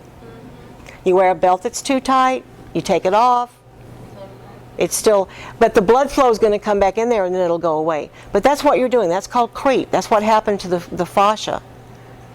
Is you pushed on it and held pressure there. It's going to stay there, right? It'll stay there. So it will creep. So a lot of times when I tell you, when you do something, I want you to stop and pause. Don't just jerk. Give it a chance to have this property kind of kick in, and it'll lengthen. That's what I'm trying to do, is soften it up and lengthen it. That's what I'm trying to do. Now, neither one of these will work by themselves, because connective tissue is, you know, this is all going to be affected at once when you're working on someone. But these are the properties that it has, okay? Thixotropy, hysteresis, and creep. And we use this a lot in stuff like myofascial release. And to change any stretch you're doing to make it myofascial, all you have to do is anchor one end. So if I'm stretching like this, I'm anchoring it, that's myofascial. If I just did like that, it's not. You have to anchor one end. And you can do this for yourself, and you should do this for yourself. And this is the Russian way to do it. They just take their fingers and they pull like that from either end. You can do a small area, but if I just did that, that's not myofascial. Because I'm not isolating the stretch, you know, to one structure. Most of my work is I kind of incorporate that because I know I get better results. There's more of a change when I do that. It still feels good. I mean, if I took your arm and I just did some little compressions and I did that, that feels good, right? And I could just do that. Doesn't feel as good as that, right? But it's more effective. So we're gonna learn to do it once, but you need to learn how to do it the other way too. And that could be a whole thing that you do myofascial release, because believe me, there's a lot of intricacies to this. I'm just giving you the basics. I don't have time to make you like an expert in each one. And I have to give you a variety of stuff, let everybody hear about different things, because all of you have different interests and have different ideas about what you want to do. So I can't just say, well, 3 people in here want to do sports, so that's what we're going to talk about. You may not like all the other stuff that you got to sit through, but I'm sorry. One day it might be something that you want to do. Or you might get called. So you may already have an idea, you know, but you still have to be open to learning a little bit about all the other. You may not want to do energy work ever. But you still have to know something about it, right? You still have to know something about it. Can you explain the difference between hysteresis and thixotropy? This is what's going to happen to the molecule, to the fascia itself. It's going to warm up like taffy, you know. The more you take the taffy and fold it over on itself, the property is changing from a gel to a sol. You become more liquidy. That's going to take place because of what I'm doing here too, right? This will cause that to happen. That will cause this to happen. And hysteresis is putting energy into it. Usually it's because we're squeezing it and mashing it and pulling on it. That's how we get the energy in there, frictioning. frictioning. And the result of friction is heat. And what does heat do to plastic?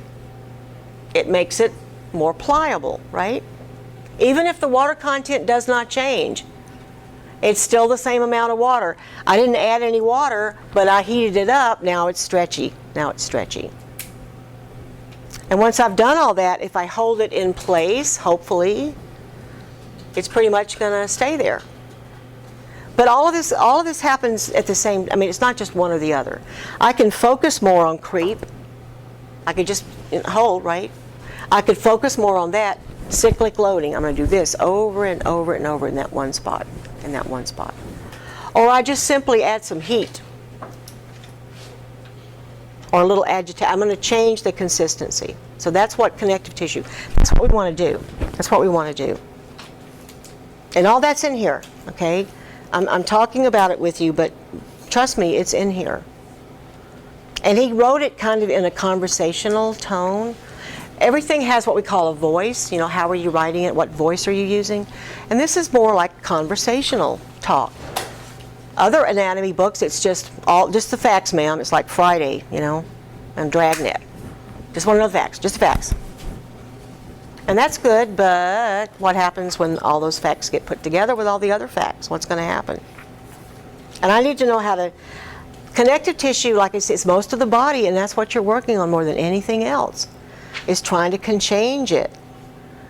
Remove those adhesions, soften it up, and let it lengthen, because that's going to give people back movement, and it's also going to reduce pain. Remember, that's our goal. What is your goal? What's your goal? You do Swedish, you do neuromuscular, whatever you do, what's your goal?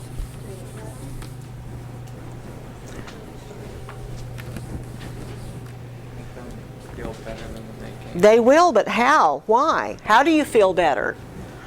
Release stress. And that would be a psychological factor from the massage, the feelings that you get from it. Help us relax and release stress.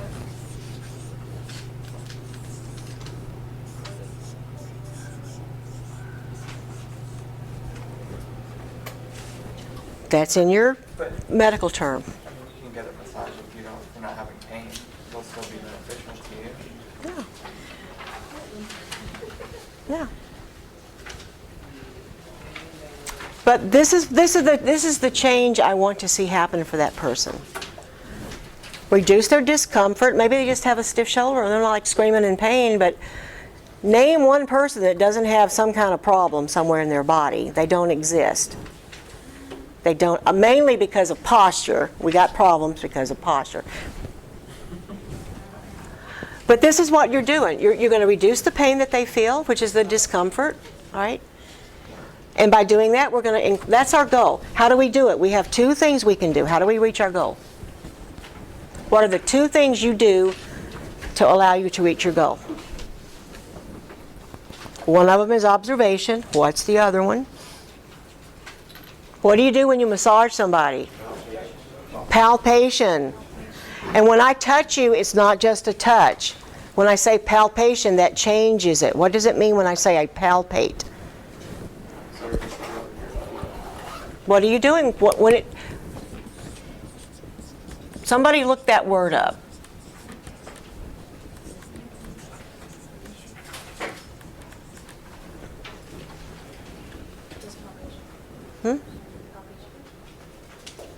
Yeah, look up the word palpation.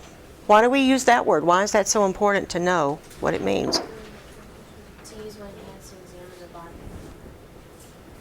You're doing an assessment, okay? Every time you put your hands on someone, what your hand should be doing even without your conscious thought is assessing the tissues you're working on.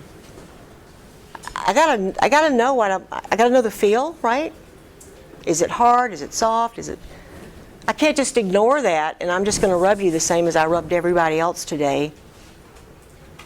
So my observation starts the minute I meet you. When I say hello, right? How did you stand up from the chair? How did you respond? Where are your shoulders at? How are you breathing? And then you walk. You look at how they walk. Are they walking like this? Are they walking? How are they walking? Now, some people will make you go through all these tests. They'll have this piece of graph paper up on the wall, and they'll measure, and they'll do a plumb line. Okay.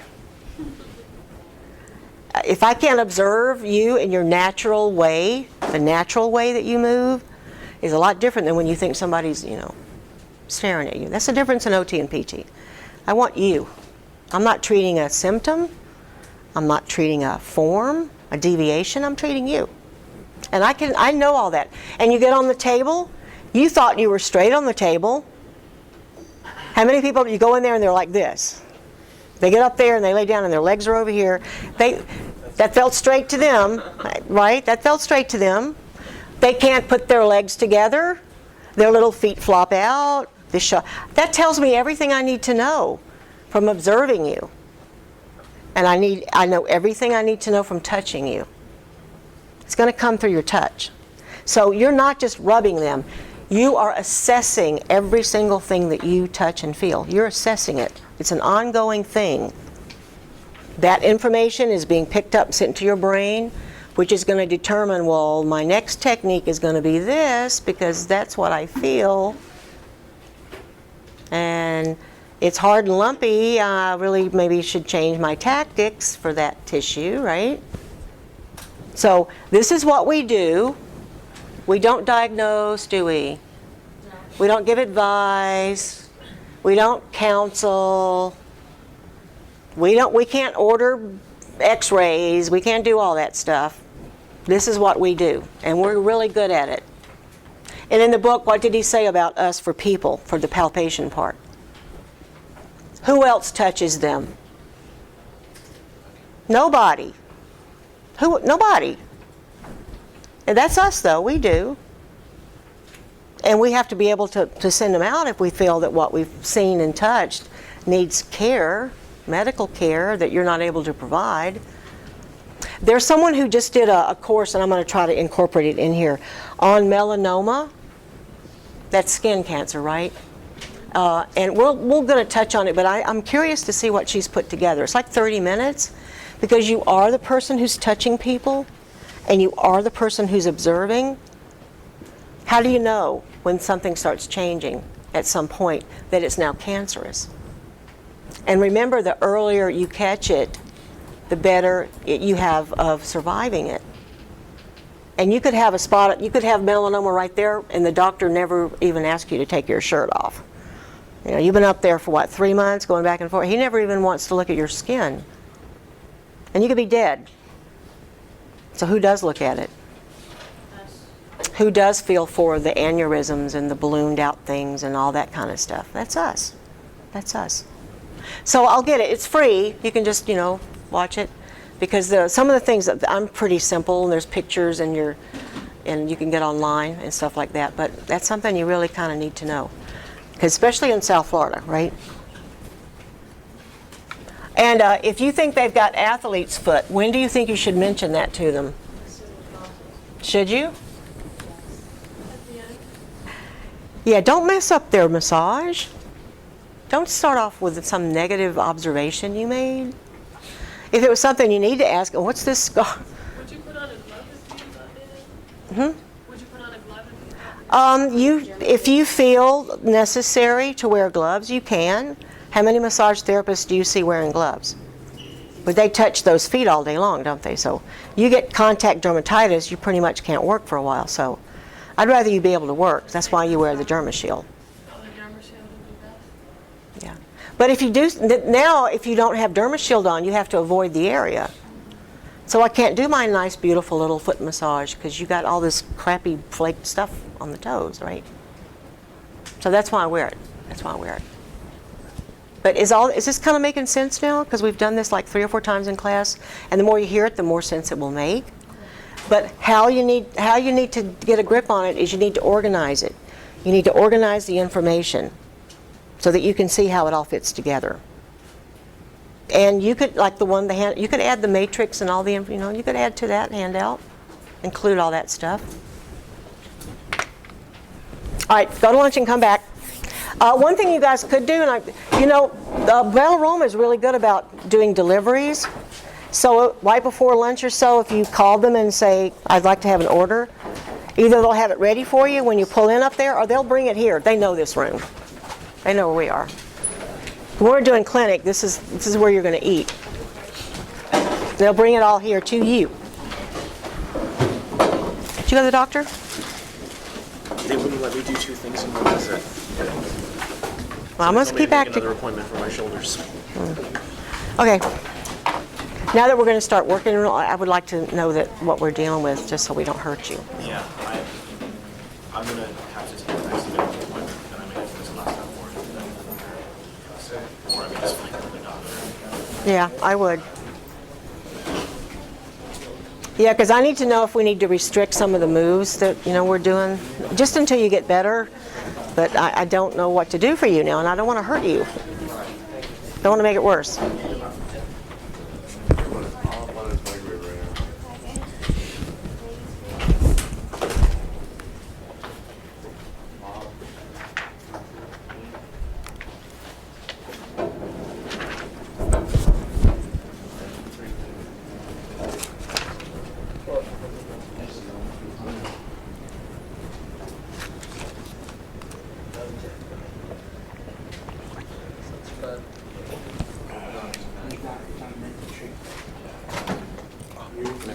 Yes. I saw the email. We're going to bring it up after lunch. But there is method to my madness. Remember, we do things three ways. You observe, you practice, and you get worked on. So the observation part it's not going to be a hindrance for this class to be the size it is, because some of you need to be observing. I'll make you do it if I only had 8 students. And that gives people working a chance to kind of, because if you can explain it to someone else or you see them doing it wrong and you tell them, that makes you learn it. That helps you to understand what you're doing, But no, okay, no, it's all right. But we're going to do that again, right? Because, people that were on the table, we're going to do it. Yeah. So you're going to watch people work, you're going to work yourself, and you're going to get the work done. Some people don't want to get the work done to them, but you sign the form saying, okay, so you got to participate. Yes, love. Do you have any? But I am still going to ask, though. We're still going to try to. On the draping, do you have that sheet on draping, the meridian facial thing? Do you have that paper? Yeah. Did you lose yours? Yes, I lost. Okay. Draping and All right, the draping is right over here. And I may not have a copy of the marma points up here. I think I took them downstairs, but let me see. Oh, wait a minute. There it is. Oh, okay. And Did you have this one? Yeah, I had Okay. that one. The one that you were talking about, the anatomy one. Do you have that one? Yeah. There you go. You have that one? no. No?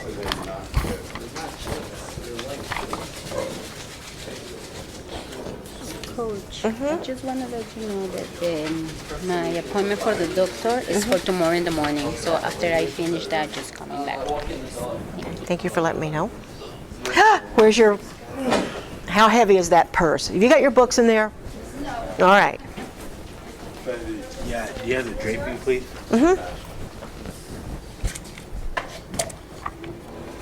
And we just handed this out. Okay.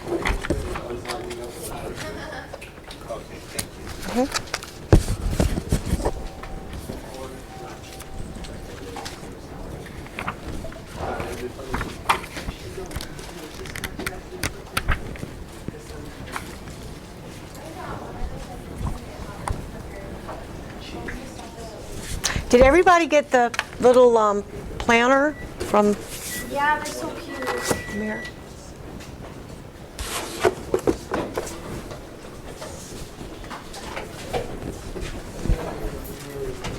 There's a microwave freeze.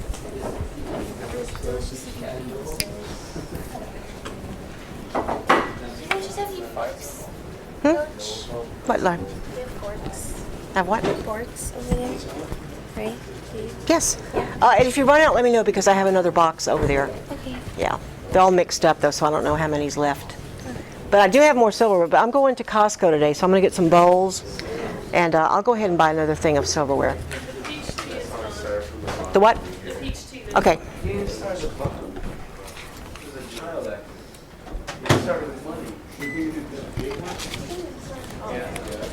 was really good. I was looking at it.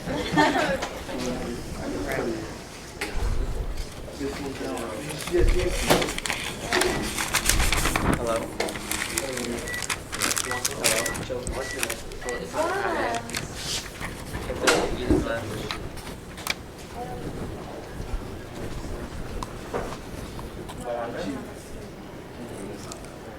How was it? Did you get good? Leah, let me look in here and see what we got in here. There might be peach in here. Green tea, TTT, Everything but everything but. This is really good, the orange and orange spice. spice. Yeah, that's one I usually get if I don't. This one looks good too. I think you still have a box of that over there.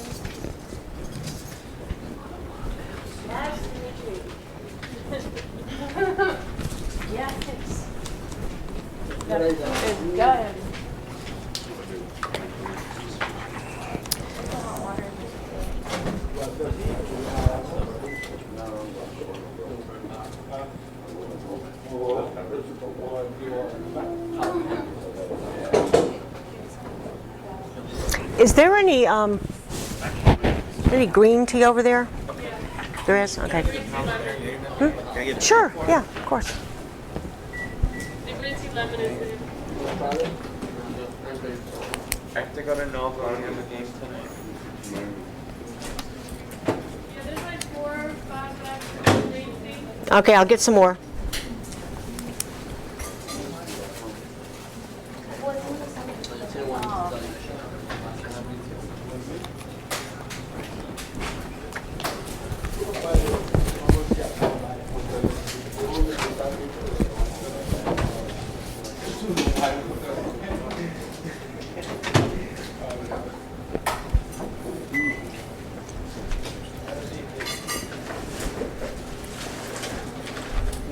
So next, my girlfriend is in physical therapy school, and next year they do clinical rotation.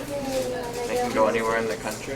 We're thinking about going for 8 weeks to Arizona. Ooh. For like a little adventure. There's the woman who kind of invented the massage using just pressure, not Dr. Vell who came up with trigger point work, but she turned it into a massage modality. Her name is Bonnie Pruden, and her school called Myotherapy is out there. So I'm not sure if you're going, what was it? It's the city that's close to the border. It's not the capital. But you could Google it. Look at it. It's just called Myotherapy Institute, I think. And they, go tour it. Just look around. They might have like a little intro class or something. But it's worth checking it out. Hopefully find somewhere to maybe get to like shadow somebody over there for a few weeks. Yeah. Where's he stationed? That'd be great. That'd be great. He's doing training. So how long is she going to be there? Which is basically They do special 3 forces. next year, and each of them are 8 weeks long. So he's so we would be doing wherever ranger we training go, now. it'd be for 8 weeks. And then after Ranger, he should be going to grade school. Dang, I'm jealous. I would love to do that. Love it. He's so great. I don't know if Bonnie's still alive or not. She must be in her 90s if she is.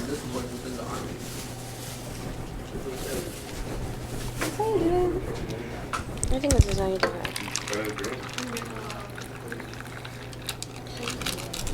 You should let her see this book. She wants to shoot a gun. Yep. Because they use the trail guide. She'll say, "Oh, there's too many words for an anatomy." He said it's not that bad. Like, he loves it. He loves it. They're very charts and diagrams. Yeah, very cut and dry. They probably get fired if they called someone honey or sweetheart or touched them, or because that personal thing, they're not allowed to have it with the patient.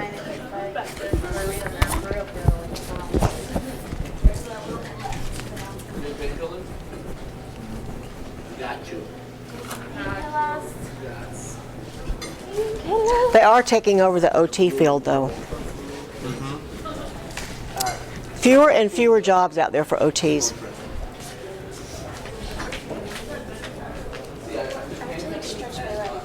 You have to be in like a SNF facility or Yeah. a nursing home or something like that. Oh, this has been a while, but even back then, they were doing stuff that was completely OT before, like working with preemies and all that. Now, PTs are hired for that instead of OT. I like your role. All right, somebody turned in a blank envelope with no name on it. Isn't that supposed to be stamped or something? But I need to know who this is because I'm going to give it back to you. I just want a copy. Just add the flavor as consistent. Is that yours? One of the best proteins. Yeah, we'll have to make it on a sandwich thing, but I only have a little bit left though. That's what I was doing. I was like, I have no time to make anything, so I just grabbed some chips, had some meat and some cheese, cut some tomatoes, and then add some nachos. A lot of the you can make delicious food quick. People don't realize that you don't really have to put in every single time an hour or two to make something. There's a lot of like one of my neighbor that was across the hall. He literally has like a book this thick of cooking. Yeah, I just need to make a simple, picture. delicious recipes and like some of the crazy Be right stuff back. like you get in restaurants. Simple things.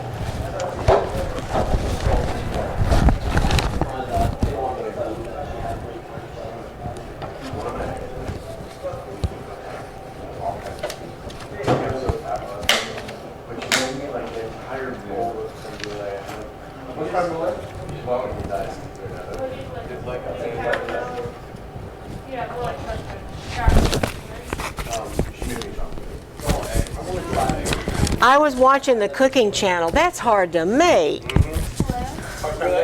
Oh my God. No, you're whipping and you got a lot of air in it. It takes a crap load of egg yolks, and you can only use the yolks. You can't use the whites. Right. That's why it's so fattening. Julia Childs, this girl was helping her, and she had the pot up on other water, and it looked like, I mean, it was very complicated. That's very proper. Yeah, the French way, very, very complicated.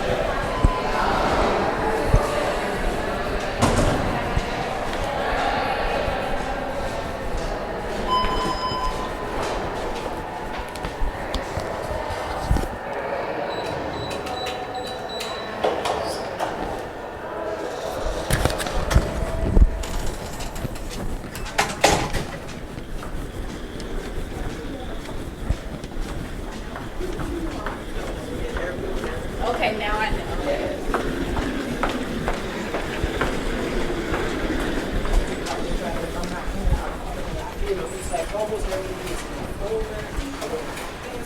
Anyway, I finally got rid of those things and I made copies. And actually I made a copy of the one that I did on South Campus. But they're telling me that she's always been a problem. The reason why I've come to this is because you need to keep an extra eye on her. Especially to know what it says she's got all kind of issues. So I finally, and she has all kind of issues. Like things from the south is the reason why she transferred to us. That she can find these, or she can come to these, or something in hours. Even as of now, she hasn't completed these hours. I already told that to him.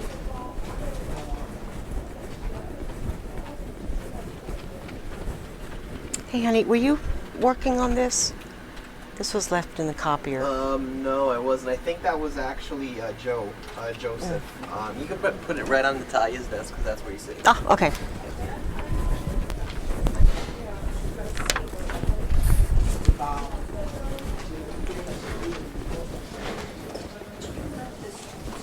Hello, mamá, ¿cómo estás? Ahora bien. Jim, this was in the copier. I was going to put it in there. You think it's a new guy? Okay.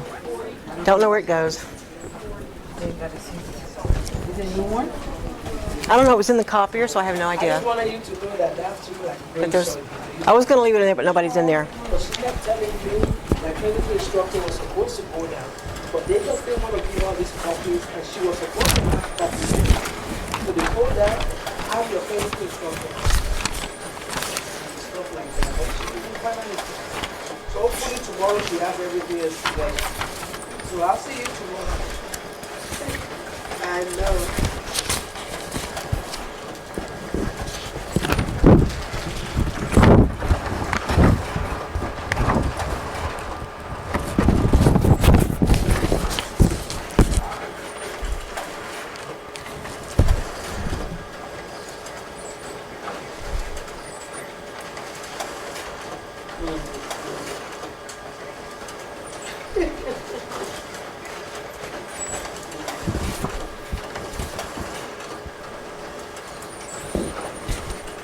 Tomorrow, good.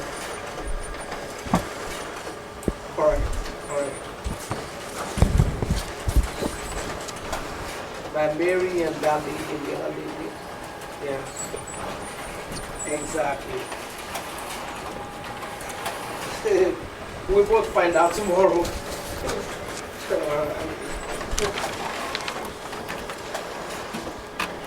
No, please. I just wanted to let you know about the students, not about what I did. I just wanted you to keep an extra eye on that because she's a real person. They said she was having like, she was having issues like things, they didn't tolerate any kind of book or something. So I don't know why. I'll see you tomorrow.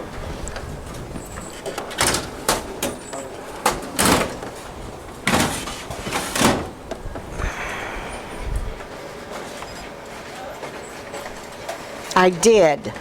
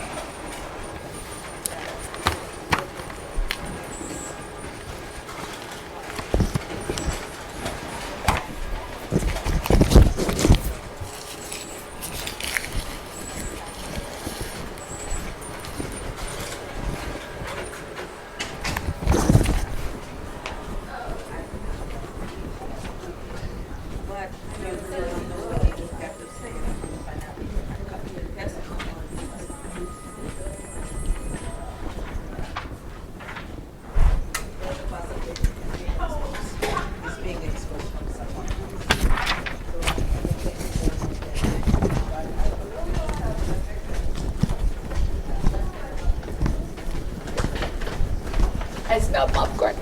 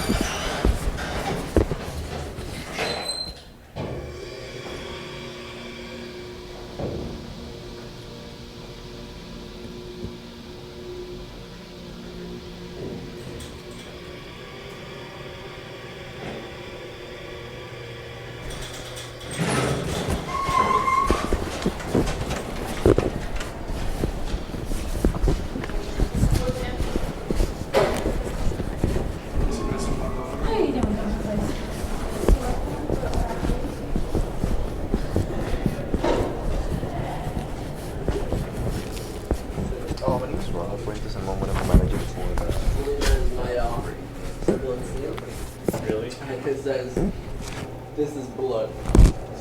Wow.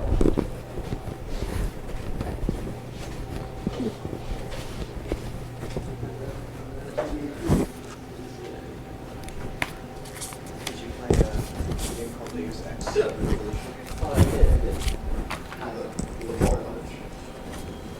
Every time. Oh yeah.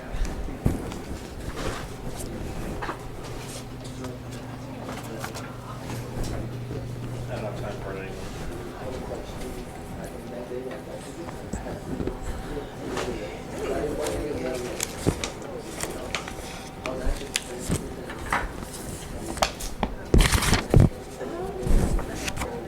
Yeah.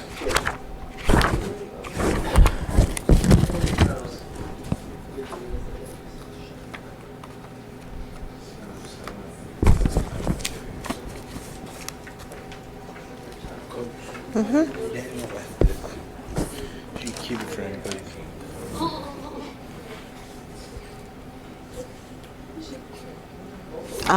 Why do I need this? No, I said Daniel left it. Can you keep it for him? Oh, yeah. Yeah.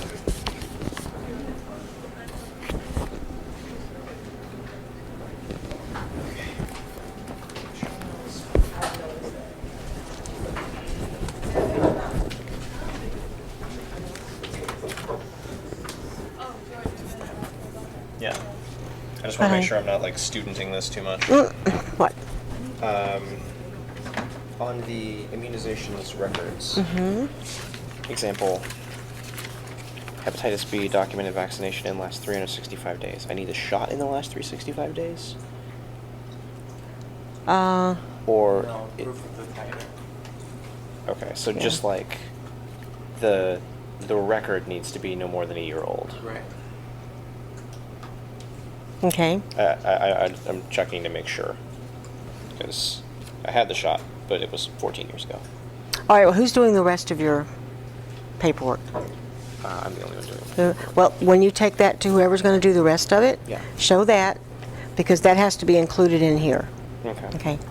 So like up there, he would put, that you have So proof of that. is that what, I mean, the record has to be within the year, or not the shot, right? Because my records are from, I think, 2010. I When went did you overseas. get the shot, though? 2010. Me, I got mine in 2010. Mm-hmm. So they're gonna check for your titers. Yeah, and- You get a blood test. Yeah. It's just like 10 minutes. You're gonna press diagnostic.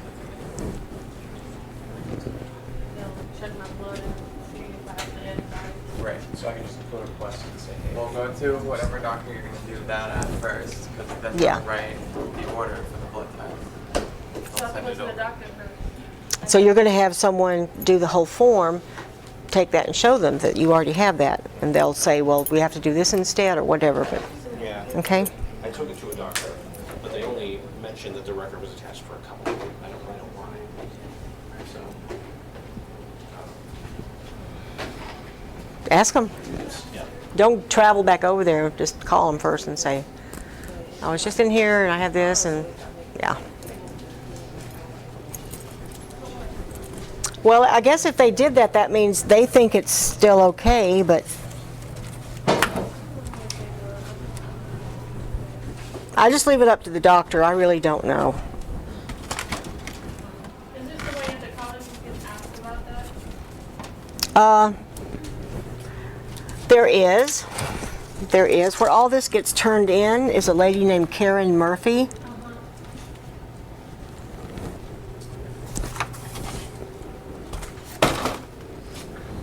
And she may defer to the doctor, because the doctor will say, what you did then is still okay. You don't need a booster. But he's probably going to want to verify that you, because that could be, it could be false. They're going to want to verify that you have the antibodies, so they're probably going to take that test. They're going to want to make proof, make a form that you give them from somewhere. It could have been forged, so.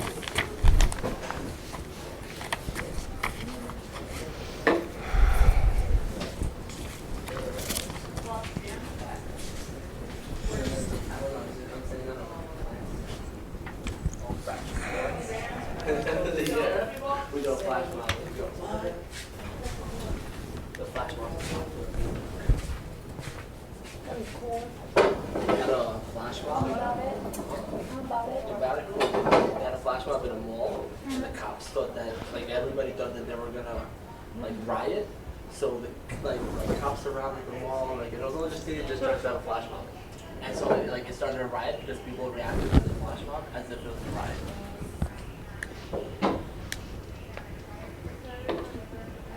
The kids are dancing, run!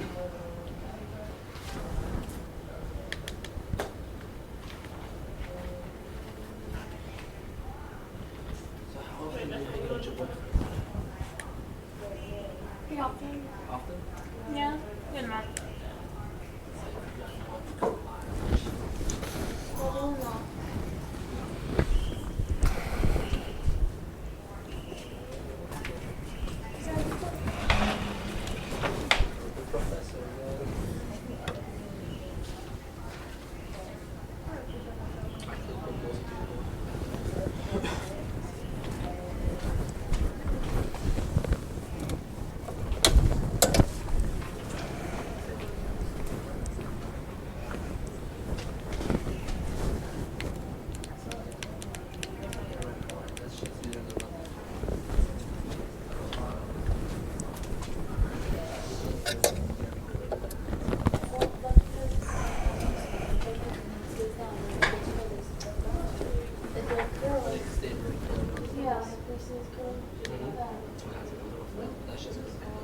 It's humidity.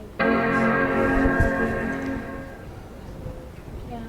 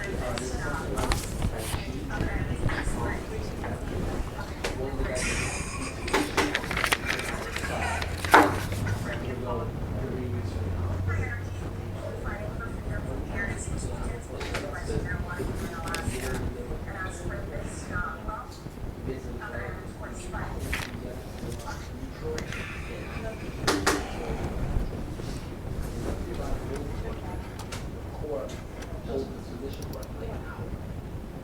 So whole body. And it's basically proper hold it.